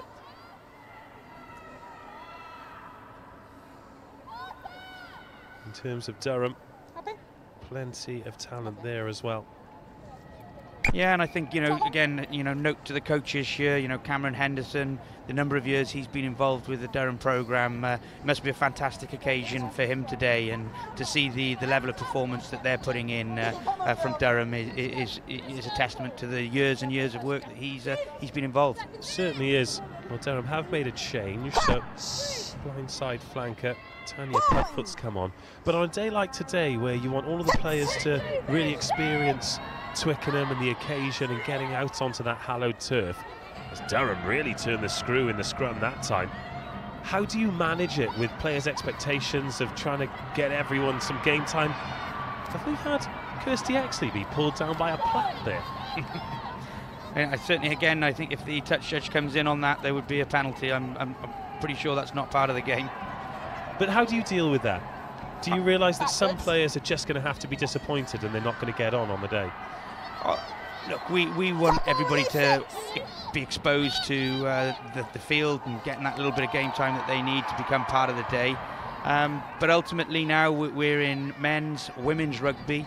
We're in cup finals. This isn't the participation end of the game. You've got people here who are going to the top end of the game, and you know, the experiences that they have getting on and off the field, the resilience that comes from being exposed to those sorts of moments is what I suppose competitive top end rugby is all about. And I think that's what we've got to say. This is competitive top end rugby.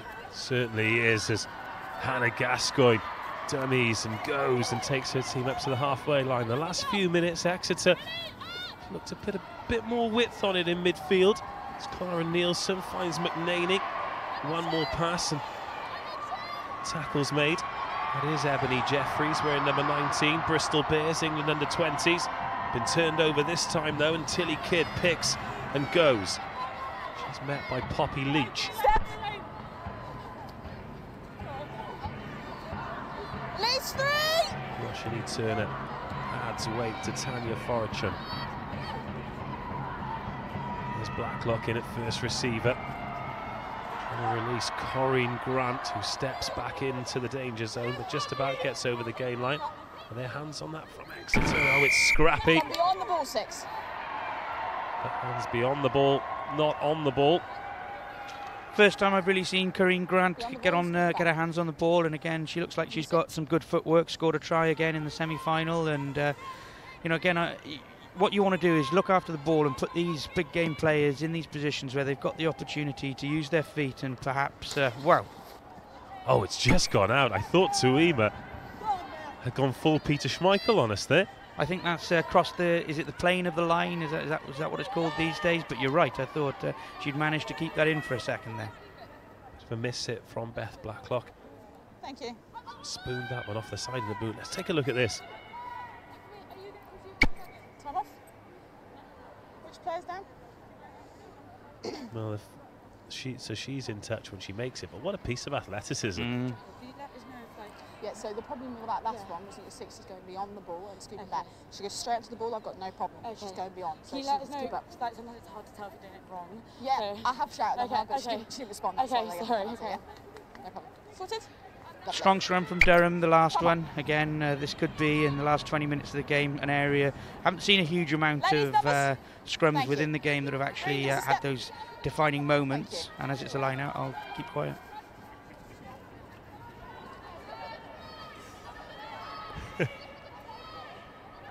I'm really glad you've come today, Danny. Speaking about Corinne Grant earlier, interesting that she stepped back into the action there, almost running back-esque, because she spent the season playing American football when she was in LA, so obviously loves that contact zone. Capped versus Belgium in a Scotland jersey too. Well, I think that's one of the exciting things sort of within the women's game, especially in the university sector, where you can come to university having been an elite athlete in another sport and actually make that transition into rugby.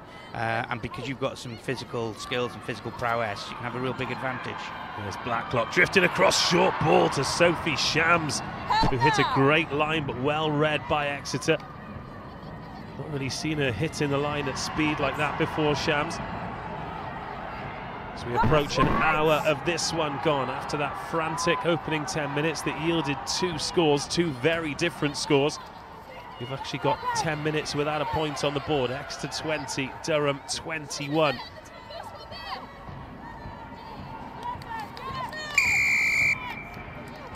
I thought the number 7 there, off her feet, kept hold of the ball a little bit too long there. She's got to listen to the referee's instructions. And, you know, as we start to move a 1-point game, the discipline of these two sides moving into the last 20 minutes, you know, as we know, always critical, but it takes an even greater importance.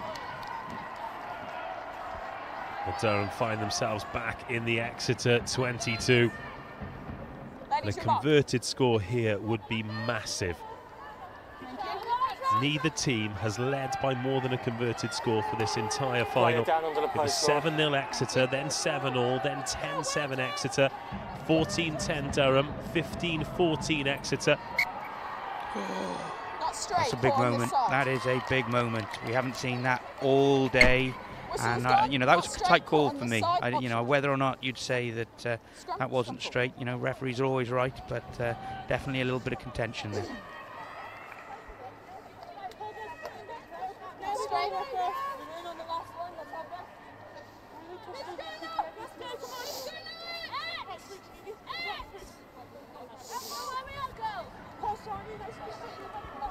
We mentioned Cameron Henderson earlier on. I think, you know, important also to recognise the contribution that Joe Yap has made to women's university rugby, but also to this Exeter programme. They really have, you know, over the last 3 or 4 years become consistently one of the best sides in women's rugby. And so important to have players like her, people like her involved as a player. 70 England caps, played at 3 World Cups, captained England in 1 World Cup. We're talking about effective role models and people who've gone on to become excellent coaches, and you know, as the women's game starts to grow, these are important aspects to happen. Certainly are. And will this be a fairy tale ending for Joe Yap?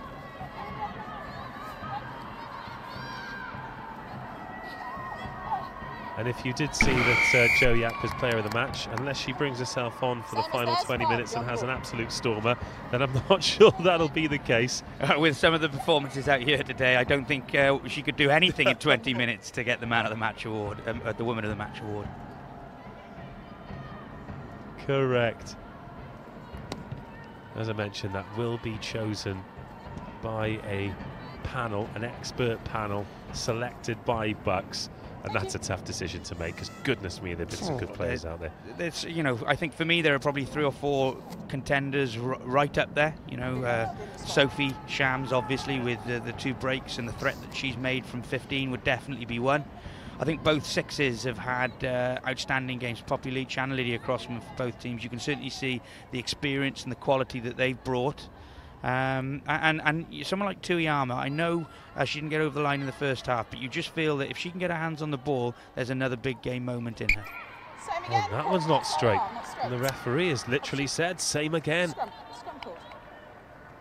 Well, the longer or the closer this clock ticks to 80 minutes, the more nervous these teams are going to get. I'm getting nervous. Yeah, I am. But it's been a great final. Brilliant start to the day as well. I say a brilliant start to the day, of course.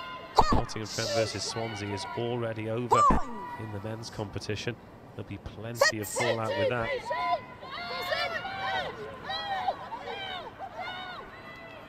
Now Durham, as Lydia Crossman has moved to number 8 for the final 25 minutes or so. They stripped it. Exeter have got it. Turned it over.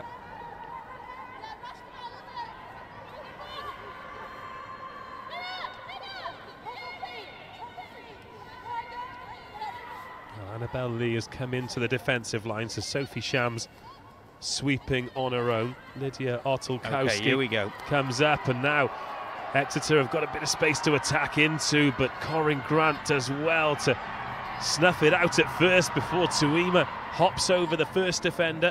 She's just got that little dummy and shoulder drop that flat foots the defender, and then the acceleration to get away. Janine Stevenson, another England under-20s international.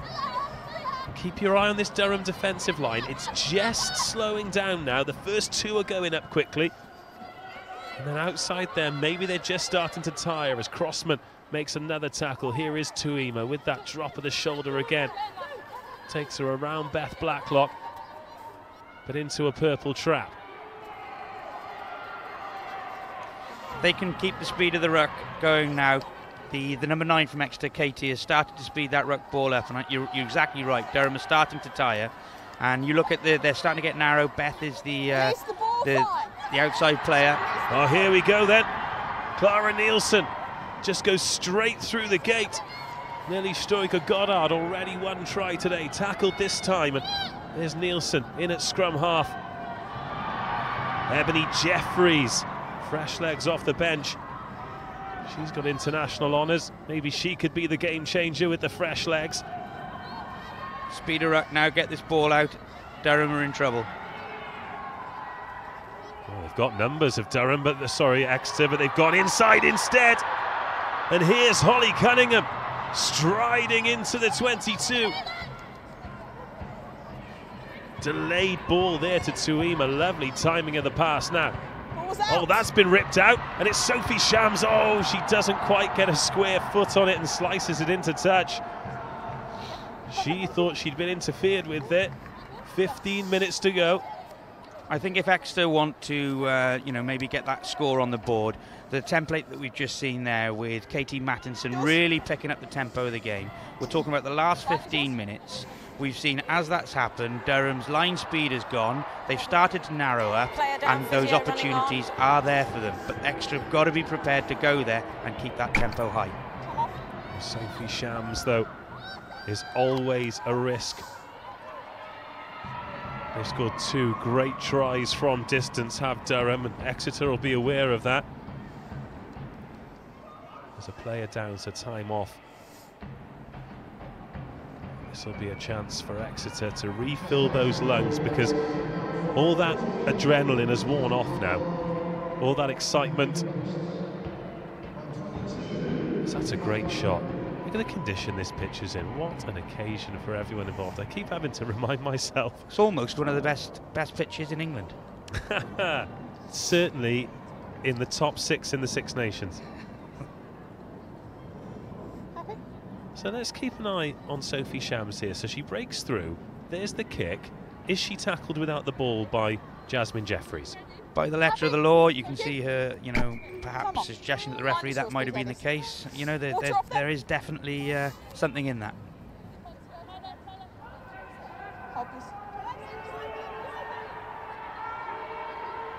Goodness me, well, you haven't put yourself in danger of upsetting anyone with that answer, Danny. Durham throw a player up, trying to get something on it, but Exeter set, and this could be ominous. Roshini Turner is high in there, trying to get some hands on it, but Exeter taking it towards the posts. Of course, if they score but don't convert it, then Durham are only a try behind. Penalty advantage coming here. Now, if they do get the penalty, what's the decision? With the quality of the goal kicking on show today, there's only one decision for me here. You know, it's a 1-point game. There's 14 minutes left. You take the 3 points.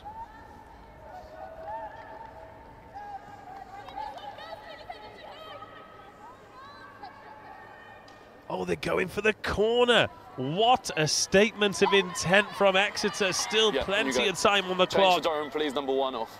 There is a rationale for that. Every 18, time they've been in this situation in the game, they've come away with certainly 2 or 3 tries already. So you can see the thinking behind it. However, I'm always for getting that, getting in front on the leaderboard, especially as the game comes to a close. And there was 3 points on offer there. Well, well, well. Now this really is a massive moment. Job 1 done. Line out ball secured. Holly Cunningham scored from a very similar position. It's Clara Nielsen with the ball in hand now. Creeping towards the line, Durham creaking. Pulling players out, they're over the line. Referee taking a really good look at this, she can't see anything. The assistant has signalled for a try. Let's take a listen to this. So I just play in the way, but then I've seen the ball's a try scored by someone. Perfect, thank you. And Clara Nielsen is awarded the try, and Exeter are back into the lead. The decision is vindicated. Well, Durham have got to get together, and I'm loving the way that the captain has called them in and the approach they're taking to this. It's all about the next job, the next minute, and what can they do now to get themselves back into this game. It's a big kick. You know, it's a big kick here for Tuiyama because this one slots over, and it's a converted try that they'll need to win the game. So I really do like the approach they're taking. It really looks like they're focusing on what they can do in this last 10 minutes to get over. Let's see if we can see the grounding here. So difficult, but the assistant was in a great position, and he was quite clear from early on that he saw the ball being grounded. 25-21. Lagi Tuima struck the last one sweetly, but it was just shy of the crossbar.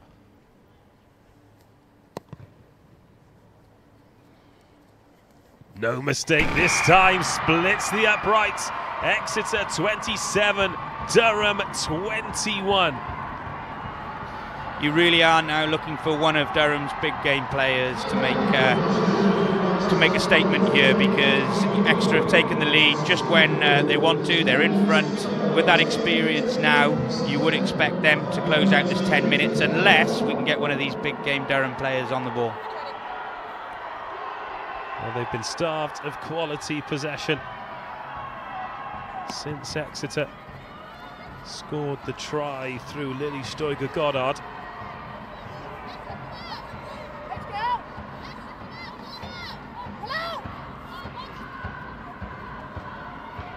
And now Exeter looking to go marching through. Ebony Jeffries with the big carry, and again it's speed. Great quick ball to Tuima.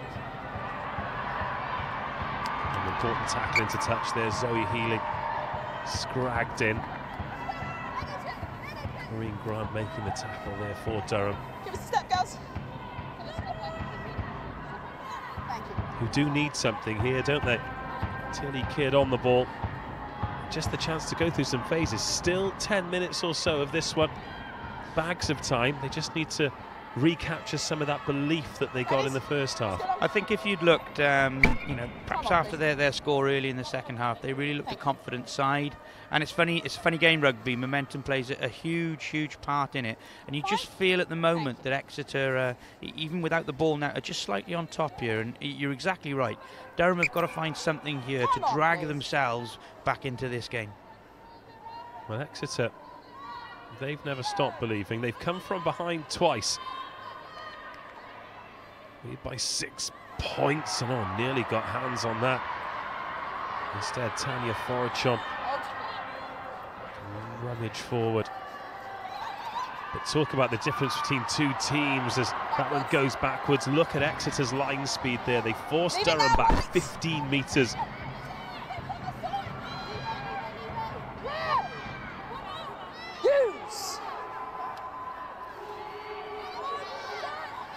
Pick and go from Forachon. Just looking at the reload speed of this Durham side, you know, there's a little bit of an edge gone off their game at the moment, and if they're going to, you know, claw themselves back into this, yes, it might only be one score, they're going to start to have to really go somewhere with that conditioning to get themselves back into this game. Hold. It's a short ball there, looking for Trudy Cowan. Now could it open up? Sophie Shams. Bit of space for Corinne Grant to run into. She's too quick for the right winger outside her, but she's into the 22. Annabelle Lee comes to add some weight. There is the second row. Cowan in at first receiver, gets smashed backwards by some tough Exeter tackling. Erin Kelly out to Forachon, who's found a bit of energy in the last couple of minutes as the open side flanker, as they usually tend to do. Here's Kelly once more. Crossman squirts that one out. Knock on white, knock on white. Oh, that's gone forward off an Exeter hand as well. Durham have actually got out of prison a little bit there, because Otelkowski has chased that one and she was in an offside position, but instead it's gone forward off an Exeter hand. Well spotted there, Dave. I think this scrum now is an important one. I wouldn't be surprised to see Durham just keep hold of this for a second or two, just to see if they can get that little nudge, maybe get on the right side of the referee, look for that penalty and kick to the corner.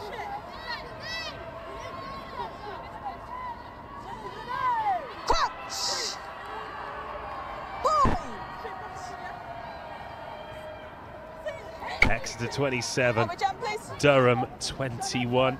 Okay, referee not happy with the first time the scrum is set. Try and hold, pre-engage, yes please. Interestingly, Lydia Crossman backing back down at 6. Well, no, she's backing down at 7 now, actually. They've swapped sides, so Forachon on the blind side, Crossman on the open side, and Heather Kerr back at number 8. So Taylor Pudfoot back onto the bench. Got all the big hitters back on. Here's Blacklock. Attacks the line and gets through. Oh, the cover tackle comes in. But Blacklock dragged down 5 metres short. Durham pouring forward. Sophie Shams steps inside. Gascoigne makes the tackle, or does she? Oh, she scored again. Sophie Shams brings Durham to within a point. You talked about the need for big game players, Danny Milton, and they've just arrived. Exeter 27, Durham 26. Well, Sophie Shams, I'm not picking woman of the match today. However, it's going to be pretty hard to look beyond this lady in terms of the key contributions that she's made at key times for this Durham side. I wouldn't say single-handedly, because there have been some really good players, but what a performance. Lydia Crossman as well. She's been there all game, and these couple of individuals have dragged this Durham team, and all 15, all 23 of them can be proud of the way that they have responded in that time of need. And it's a hell of a big kick here now for Beth Blacklock to put Durham back into the lead. Well, they looked down and out. They looked exhausted in defence. Oh, and the kick's gone wide. No. The kick has gone wide. It's Exeter 27, Durham 26. But let's take another look at this. Brilliant carry there from Beth Blacklock. Sophie Shams waiting there at first receiver as they were pouring to the right. Sorry, second receiver. Dummy inside. But take a look at Lydia Crossman here, just adding that extra weight to get her over the line. And those two have been outstanding today, but they still need a score. This one going to the wire.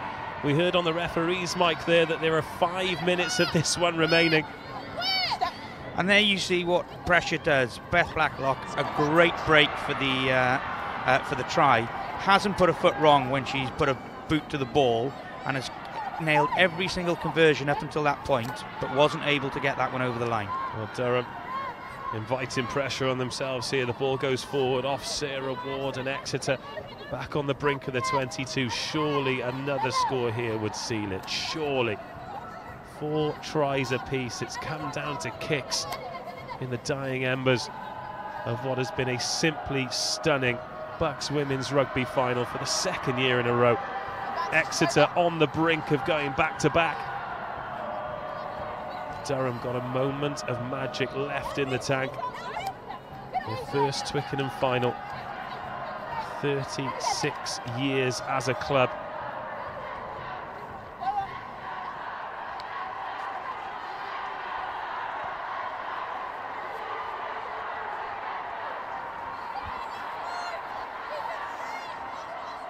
Exeter now, the clock and the scoreboard on their side, and a penalty advantage.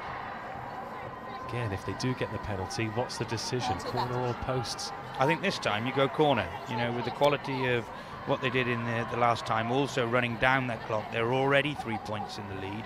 It might be one that you look to utilise that advantage.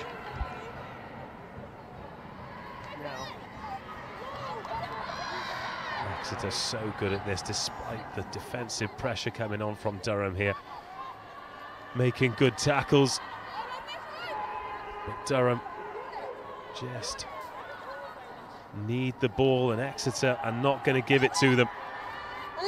They're excellent at this. They've already spent one period of 5 or 6 minutes inside the Durham 22. If they can do it again, then they're the BUCS champions. No advantage, 1, Cooker Rock. Number 1, Cooker Rock. We have received news of the player of the match. I'll wait for this penalty decision before I. Oh, that was a bit of a hint for you there. Yeah, a number of contenders. You know, we've mentioned. Oh, they've gone quickly here of Exeter. We will come back to that, because this could be the game changer. And again, it's just smart, intelligent decisions from Exeter. They know they can go through the phases. They know the clock is on their side. So why take the gamble with a line out? Just tap, go, and trust your forwards. They're still leaving a couple of players in those wide channels just to keep Durham honest.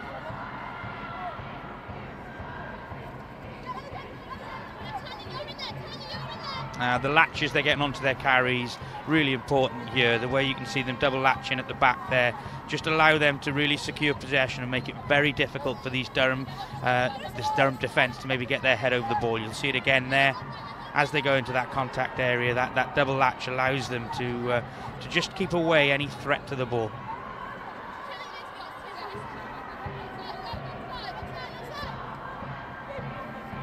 Well, they could very well eat up the entirety of the clock. 90 seconds on the clock in the stadium. 1 minute 45 on ours. The referees won't be far behind either of them. Just needs something, and I don't think they're going to get it. Exeter closing in on a 5th try. And the advantage coming as well, so it pops out. Now, I would say, again, even with 3 points on offer, don't give Durham the opportunity to kick off.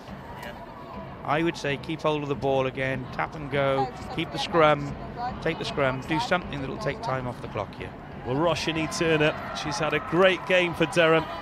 She has epitomised the engine room, but she's been sent to the bin. Roshini does a lot of work off the field for Durham as well and makes the programme what it is. Well, they're going to tap and go again, are Exeter, so we're not going to have a chance to do our announcement of the player of the match. But I will tell you, Danny, as you were spot on, it's Sophie Shams, 2 tries. Yeah, and fully deserved, you've got to say. In terms of critical moments, while they might not be on the right side of the scoreboard, Sophie Shams, you know, Lydia Crossman, a couple of these, Beth Blacklock, have been absolutely on fire for Durham today and have made this an excellent contest. Certainly have. And Tuima is going to go for the sticks here, so we are going to have a restart. Or at least I think we will. But the player of the match there, it's just been announced in the stadium as well, and a great reception from the crowd who have travelled. Game breaker. I mean, it was her clean break for the try that dragged Durham into the match in the first half. Then when they looked like they were down and out, it was her try that gave them a little bit of belief before the kick was missed with 10 minutes to go. Fantastic Twickenham experience for her, but it doesn't look like her team are going to be on the winning side. No, and time, Laura. you know, I think you know, Sophie can be rightly proud of her efforts today. Has been absolutely outstanding in performances, and I think it just goes to show, whereas we're talking about maybe 2, 3, 4 of the Durham players who've really stepped up to the mark, I think you've got to look at this whole Exeter side and the way that they've come together at key moments in the red zone, always coming away with points, as they have done again there. Well, we said before the match that the town would be painted, but what would be the colour? Painted green Exeter, painted green. Back-to-back BUCS champions. The full-time score 30 points to 26. And Danny Milton, that was an 80 minutes worthy of any final at any level. Not to be for Durham today, but I can't imagine it'll be too long till we see them back at this level. Well, you know, we've talked about the introduction of this National League, and Durham, with the sort of performance they've put in today, you know, look, we've got to focus on Exeter. They're the winners. They're the guys, they're the ladies who've come through today with that 30 points to 26 win. But let's spare a thought here, because at times Durham, scoring from deep, some of the tries that they've scored today have made this the final it was. And you bang on, it has been an outstanding game of rugby, played by 2 teams who've really, really gone on it. 2 very different styles, and full credit to Exeter, as we've talked about, when they get into that red zone, as a team, whether it's driving lineouts, pick and goes, their latch carries, the way they've worked together as a team have got them over the line. Well, what huge team spirit, what huge character that green machine have. It took them to extra time last year to lift the trophy. They had to come from behind twice today. Jo Yap's last game at the helm. What a proud moment for her and everybody at Exeter University Rugby Club. Yeah, and you don't want to take anything away from the squad, the team on the field. However, when you see the level of organisation, the level of planning and the work that someone like Jo Yap puts into the programme, you know, it's testament to what we've seen out there today. And you have to say, you know, Jo done a fantastic job, did some great work with England 20s. They can be really, really proud of the programme that they've got there. But, you know, let's spare a thought here for Cameron as well, with the time and effort he's put into Durham University Women's Rugby. 3.5 decades for Durham to get to Twickenham. And even though they're on the wrong side of the score today, I hope that in years to come they look back on this and realise that they played their part in a remarkable 80 minutes of rugby. Look at the energy that Exeter have found to jog through that tunnel there. It's amazing, after 80 bruising minutes, when you're on the right side of games, you can just find that extra little bit. And that is a special season for them. It's now 25 games unbeaten for Exeter University Women's RFC. Yeah, and you know, that quality that we're talking about, the quality of the programme, the quality of the work that goes on, and you saw a game there that went for 80 minutes. You know, we talked about the levels of conditioning you need, the emotion, the big pitch, and both teams came through that strongly. Hang on, I don't want to make you shocked or anything, Danny, but I think I've just seen Keith Fleming smile as well. No, that can't be true. Keith doesn't smile. Correct. Maybe we've seen his kryptonite, because that is 22 players down there in Exeter University colours, and some non-playing travelling reserves as well, who will huddle in the Twickenham sunshine, and I'm sure they'll be talking about a job well done. Yeah, you know, Keith Fleming, Jo Yap, the whole Exeter programme down there, you know, they really are right at the top end of university rugby, and something that other programmes are always looking to aspire towards. Lovely moments for the players. bringing you the trophy presentation soon. Durham will be the first up those steps to receive those silver medals. And Danny, that's something that you've been through as a coach with your players. What's that like? It must be incredibly difficult, but really it's the end of a season, and make no mistake, it's been a great season for them. Talking to the players, myself today, driving back up here today, I was reliving the last couple of minutes of the game, as I'm sure these Durham girls will do so as well. And no, we didn't get over the line last year, and that hurts. And sometimes you play the game back and you remember something that goes a different way, and you actually win the game, and then you wake up. But what Durham will always be able to say, like we did last year, is they brought a hell of a performance. They brought some outstanding tries, and they've been part of a fantastic day today. And it hurts, but it's something you can always treasure. Well, as Beth Blacklock leads her team up to receive the silver medals, it's now time to go to the touchline with Joe Burns. Well, welcome everybody down to pitch side, and with Cameron Henderson, the coach of the losing side, Durham. Cameron, you asked for them to leave everything out there, and the girls did you proud. Me, absolutely fantastic. Oh, we got beat, that's sport, we move on. I'm very proud of them. Very emotional guy. I mean, we're watching them go up the stairs now to receive their medals, and the way they played the game throughout, their tenacity, the quality of play, you couldn't be proud of them, I'm sure. Oh no, I mean, it's probably one of the best performances of the season. I know we beat Bristol in Hartbury on the way there, but I mean, we're up against a very, very good team. They knew their game plan, took us on up front, which we couldn't cope with, etc., etc. But the way they played the open rugby out there today, especially the fullback, Chamois Leather as I call her, was absolutely brilliant. We stuck at the task. We lost what? We lose by 3 points or something silly like that. I'm very proud of them, and well done, Exeter. Yeah, I mean, some of the moments of magic, particularly Sophie Sham, who's won the player of the match. I mean, that searing break to score that wonder try. Well, absolutely, I'm over the moon for her. She's come from Dubai. She thinks this is cold, which it is for her. She's just a great kid. She's only 18 or something like that, and she's got a brilliant future ahead of her. As long as she works at a game, listens and learns, she's got a brilliant future. I think she is English, so all the English guys are looking at her. Okay, well look, you finally got to Twickenham, you've fallen a little bit short, but I feel that you're going to be back, and this is the start of something big for Durham. Yeah, hopefully. We've got to rebuild again. A lot of those girls here, we've got 12 girls leaving, so we've got to rebuild and go for it again. All right, okay, thanks, good luck. To the winners, the spoils. Exeter go back to back, and boy oh boy did they deserve it. Stunning performances from 1 to 22, and the perfect send-off for Jo Yap in her final 15s game in charge. The perfect day for them, and the green machine rolls on. Yeah, I think, we talked about the experience of the team and the number of people who've been to Twickenham before, and that showed up today. And now the moment they've been waiting a full season for. The second time in 2 years they've got their hands on that famous trophy. And Exeter march into the season, the first National League season, where the standard is going to go up again with a huge target on their back, and I have no doubt that they will be ready for all challenges.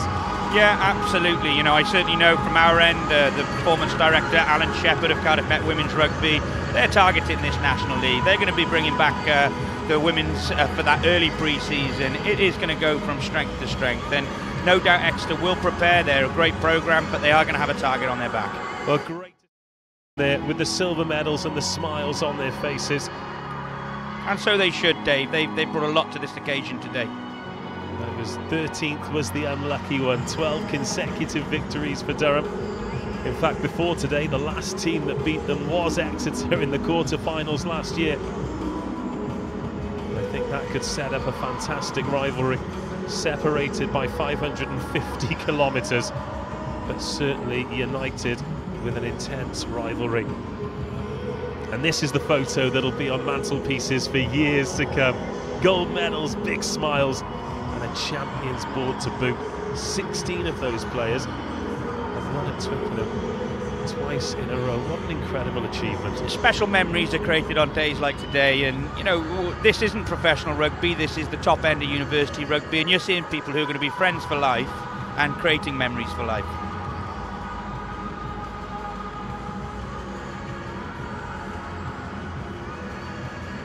Well, hopefully we'll be hearing from some winners on the touchline with Joe Burns soon. However, Joe, I can see where they all are. Get over there and put a camera in their face. Come on.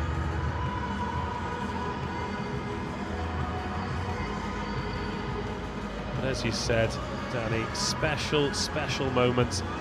The trophy with those green and white ribbons on. The Durham players straight up. Family, friends, fans, all who've made the journey down south for the big day at Twickenham. But you can see just from those moments there, immense pride, not just for the players, but for the friends, the family who've made the journey. It's a special day for everyone.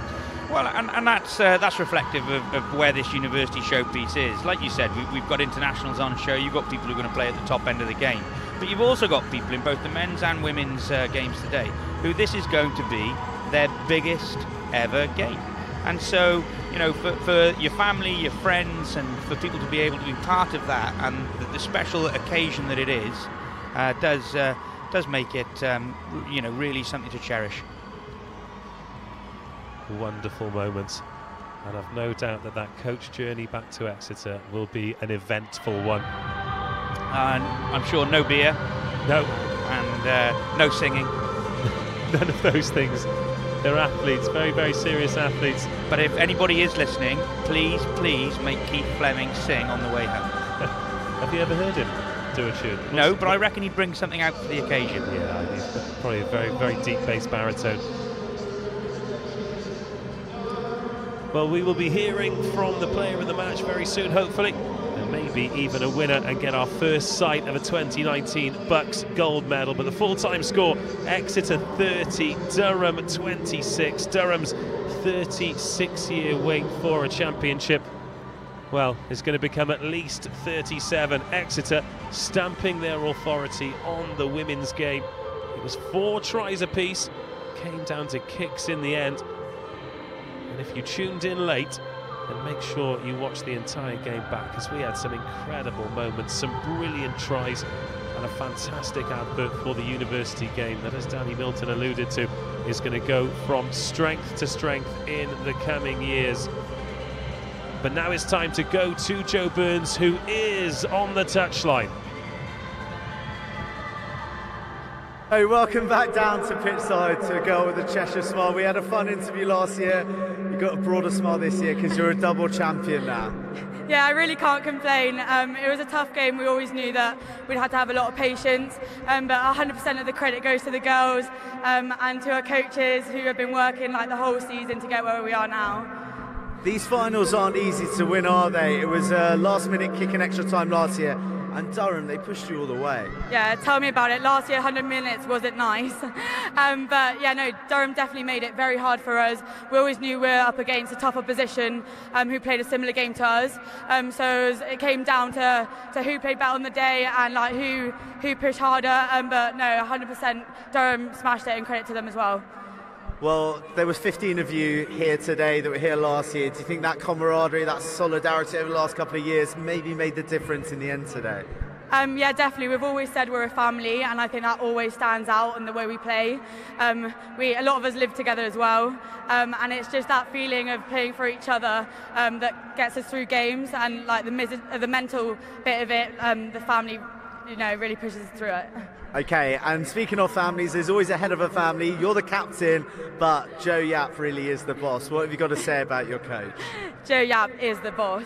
Joe, do you want to come and join us? Come over here. Joe's here with the trophy as well. Big roars from the fans over there, appreciating your work. God, talk to us about Joe. What can I say? I've been with Joe for 3 years now, and it's been an absolute pleasure. Captaining the girls and having Joe as a coach has honestly been unbelievable. The amount of work Joe puts in every week to get us where we are.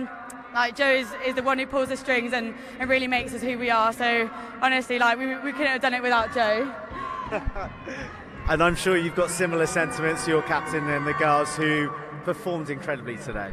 Yeah, no, I'm massively proud of all of the girls, not just the ones on the field, but all these guys up here as well, because it's a massive club effort for days like today, and they did, you know, they made it hard work again, and it was a tough 80 minutes, but the character of these guys shone through, and they eventually came away with the result.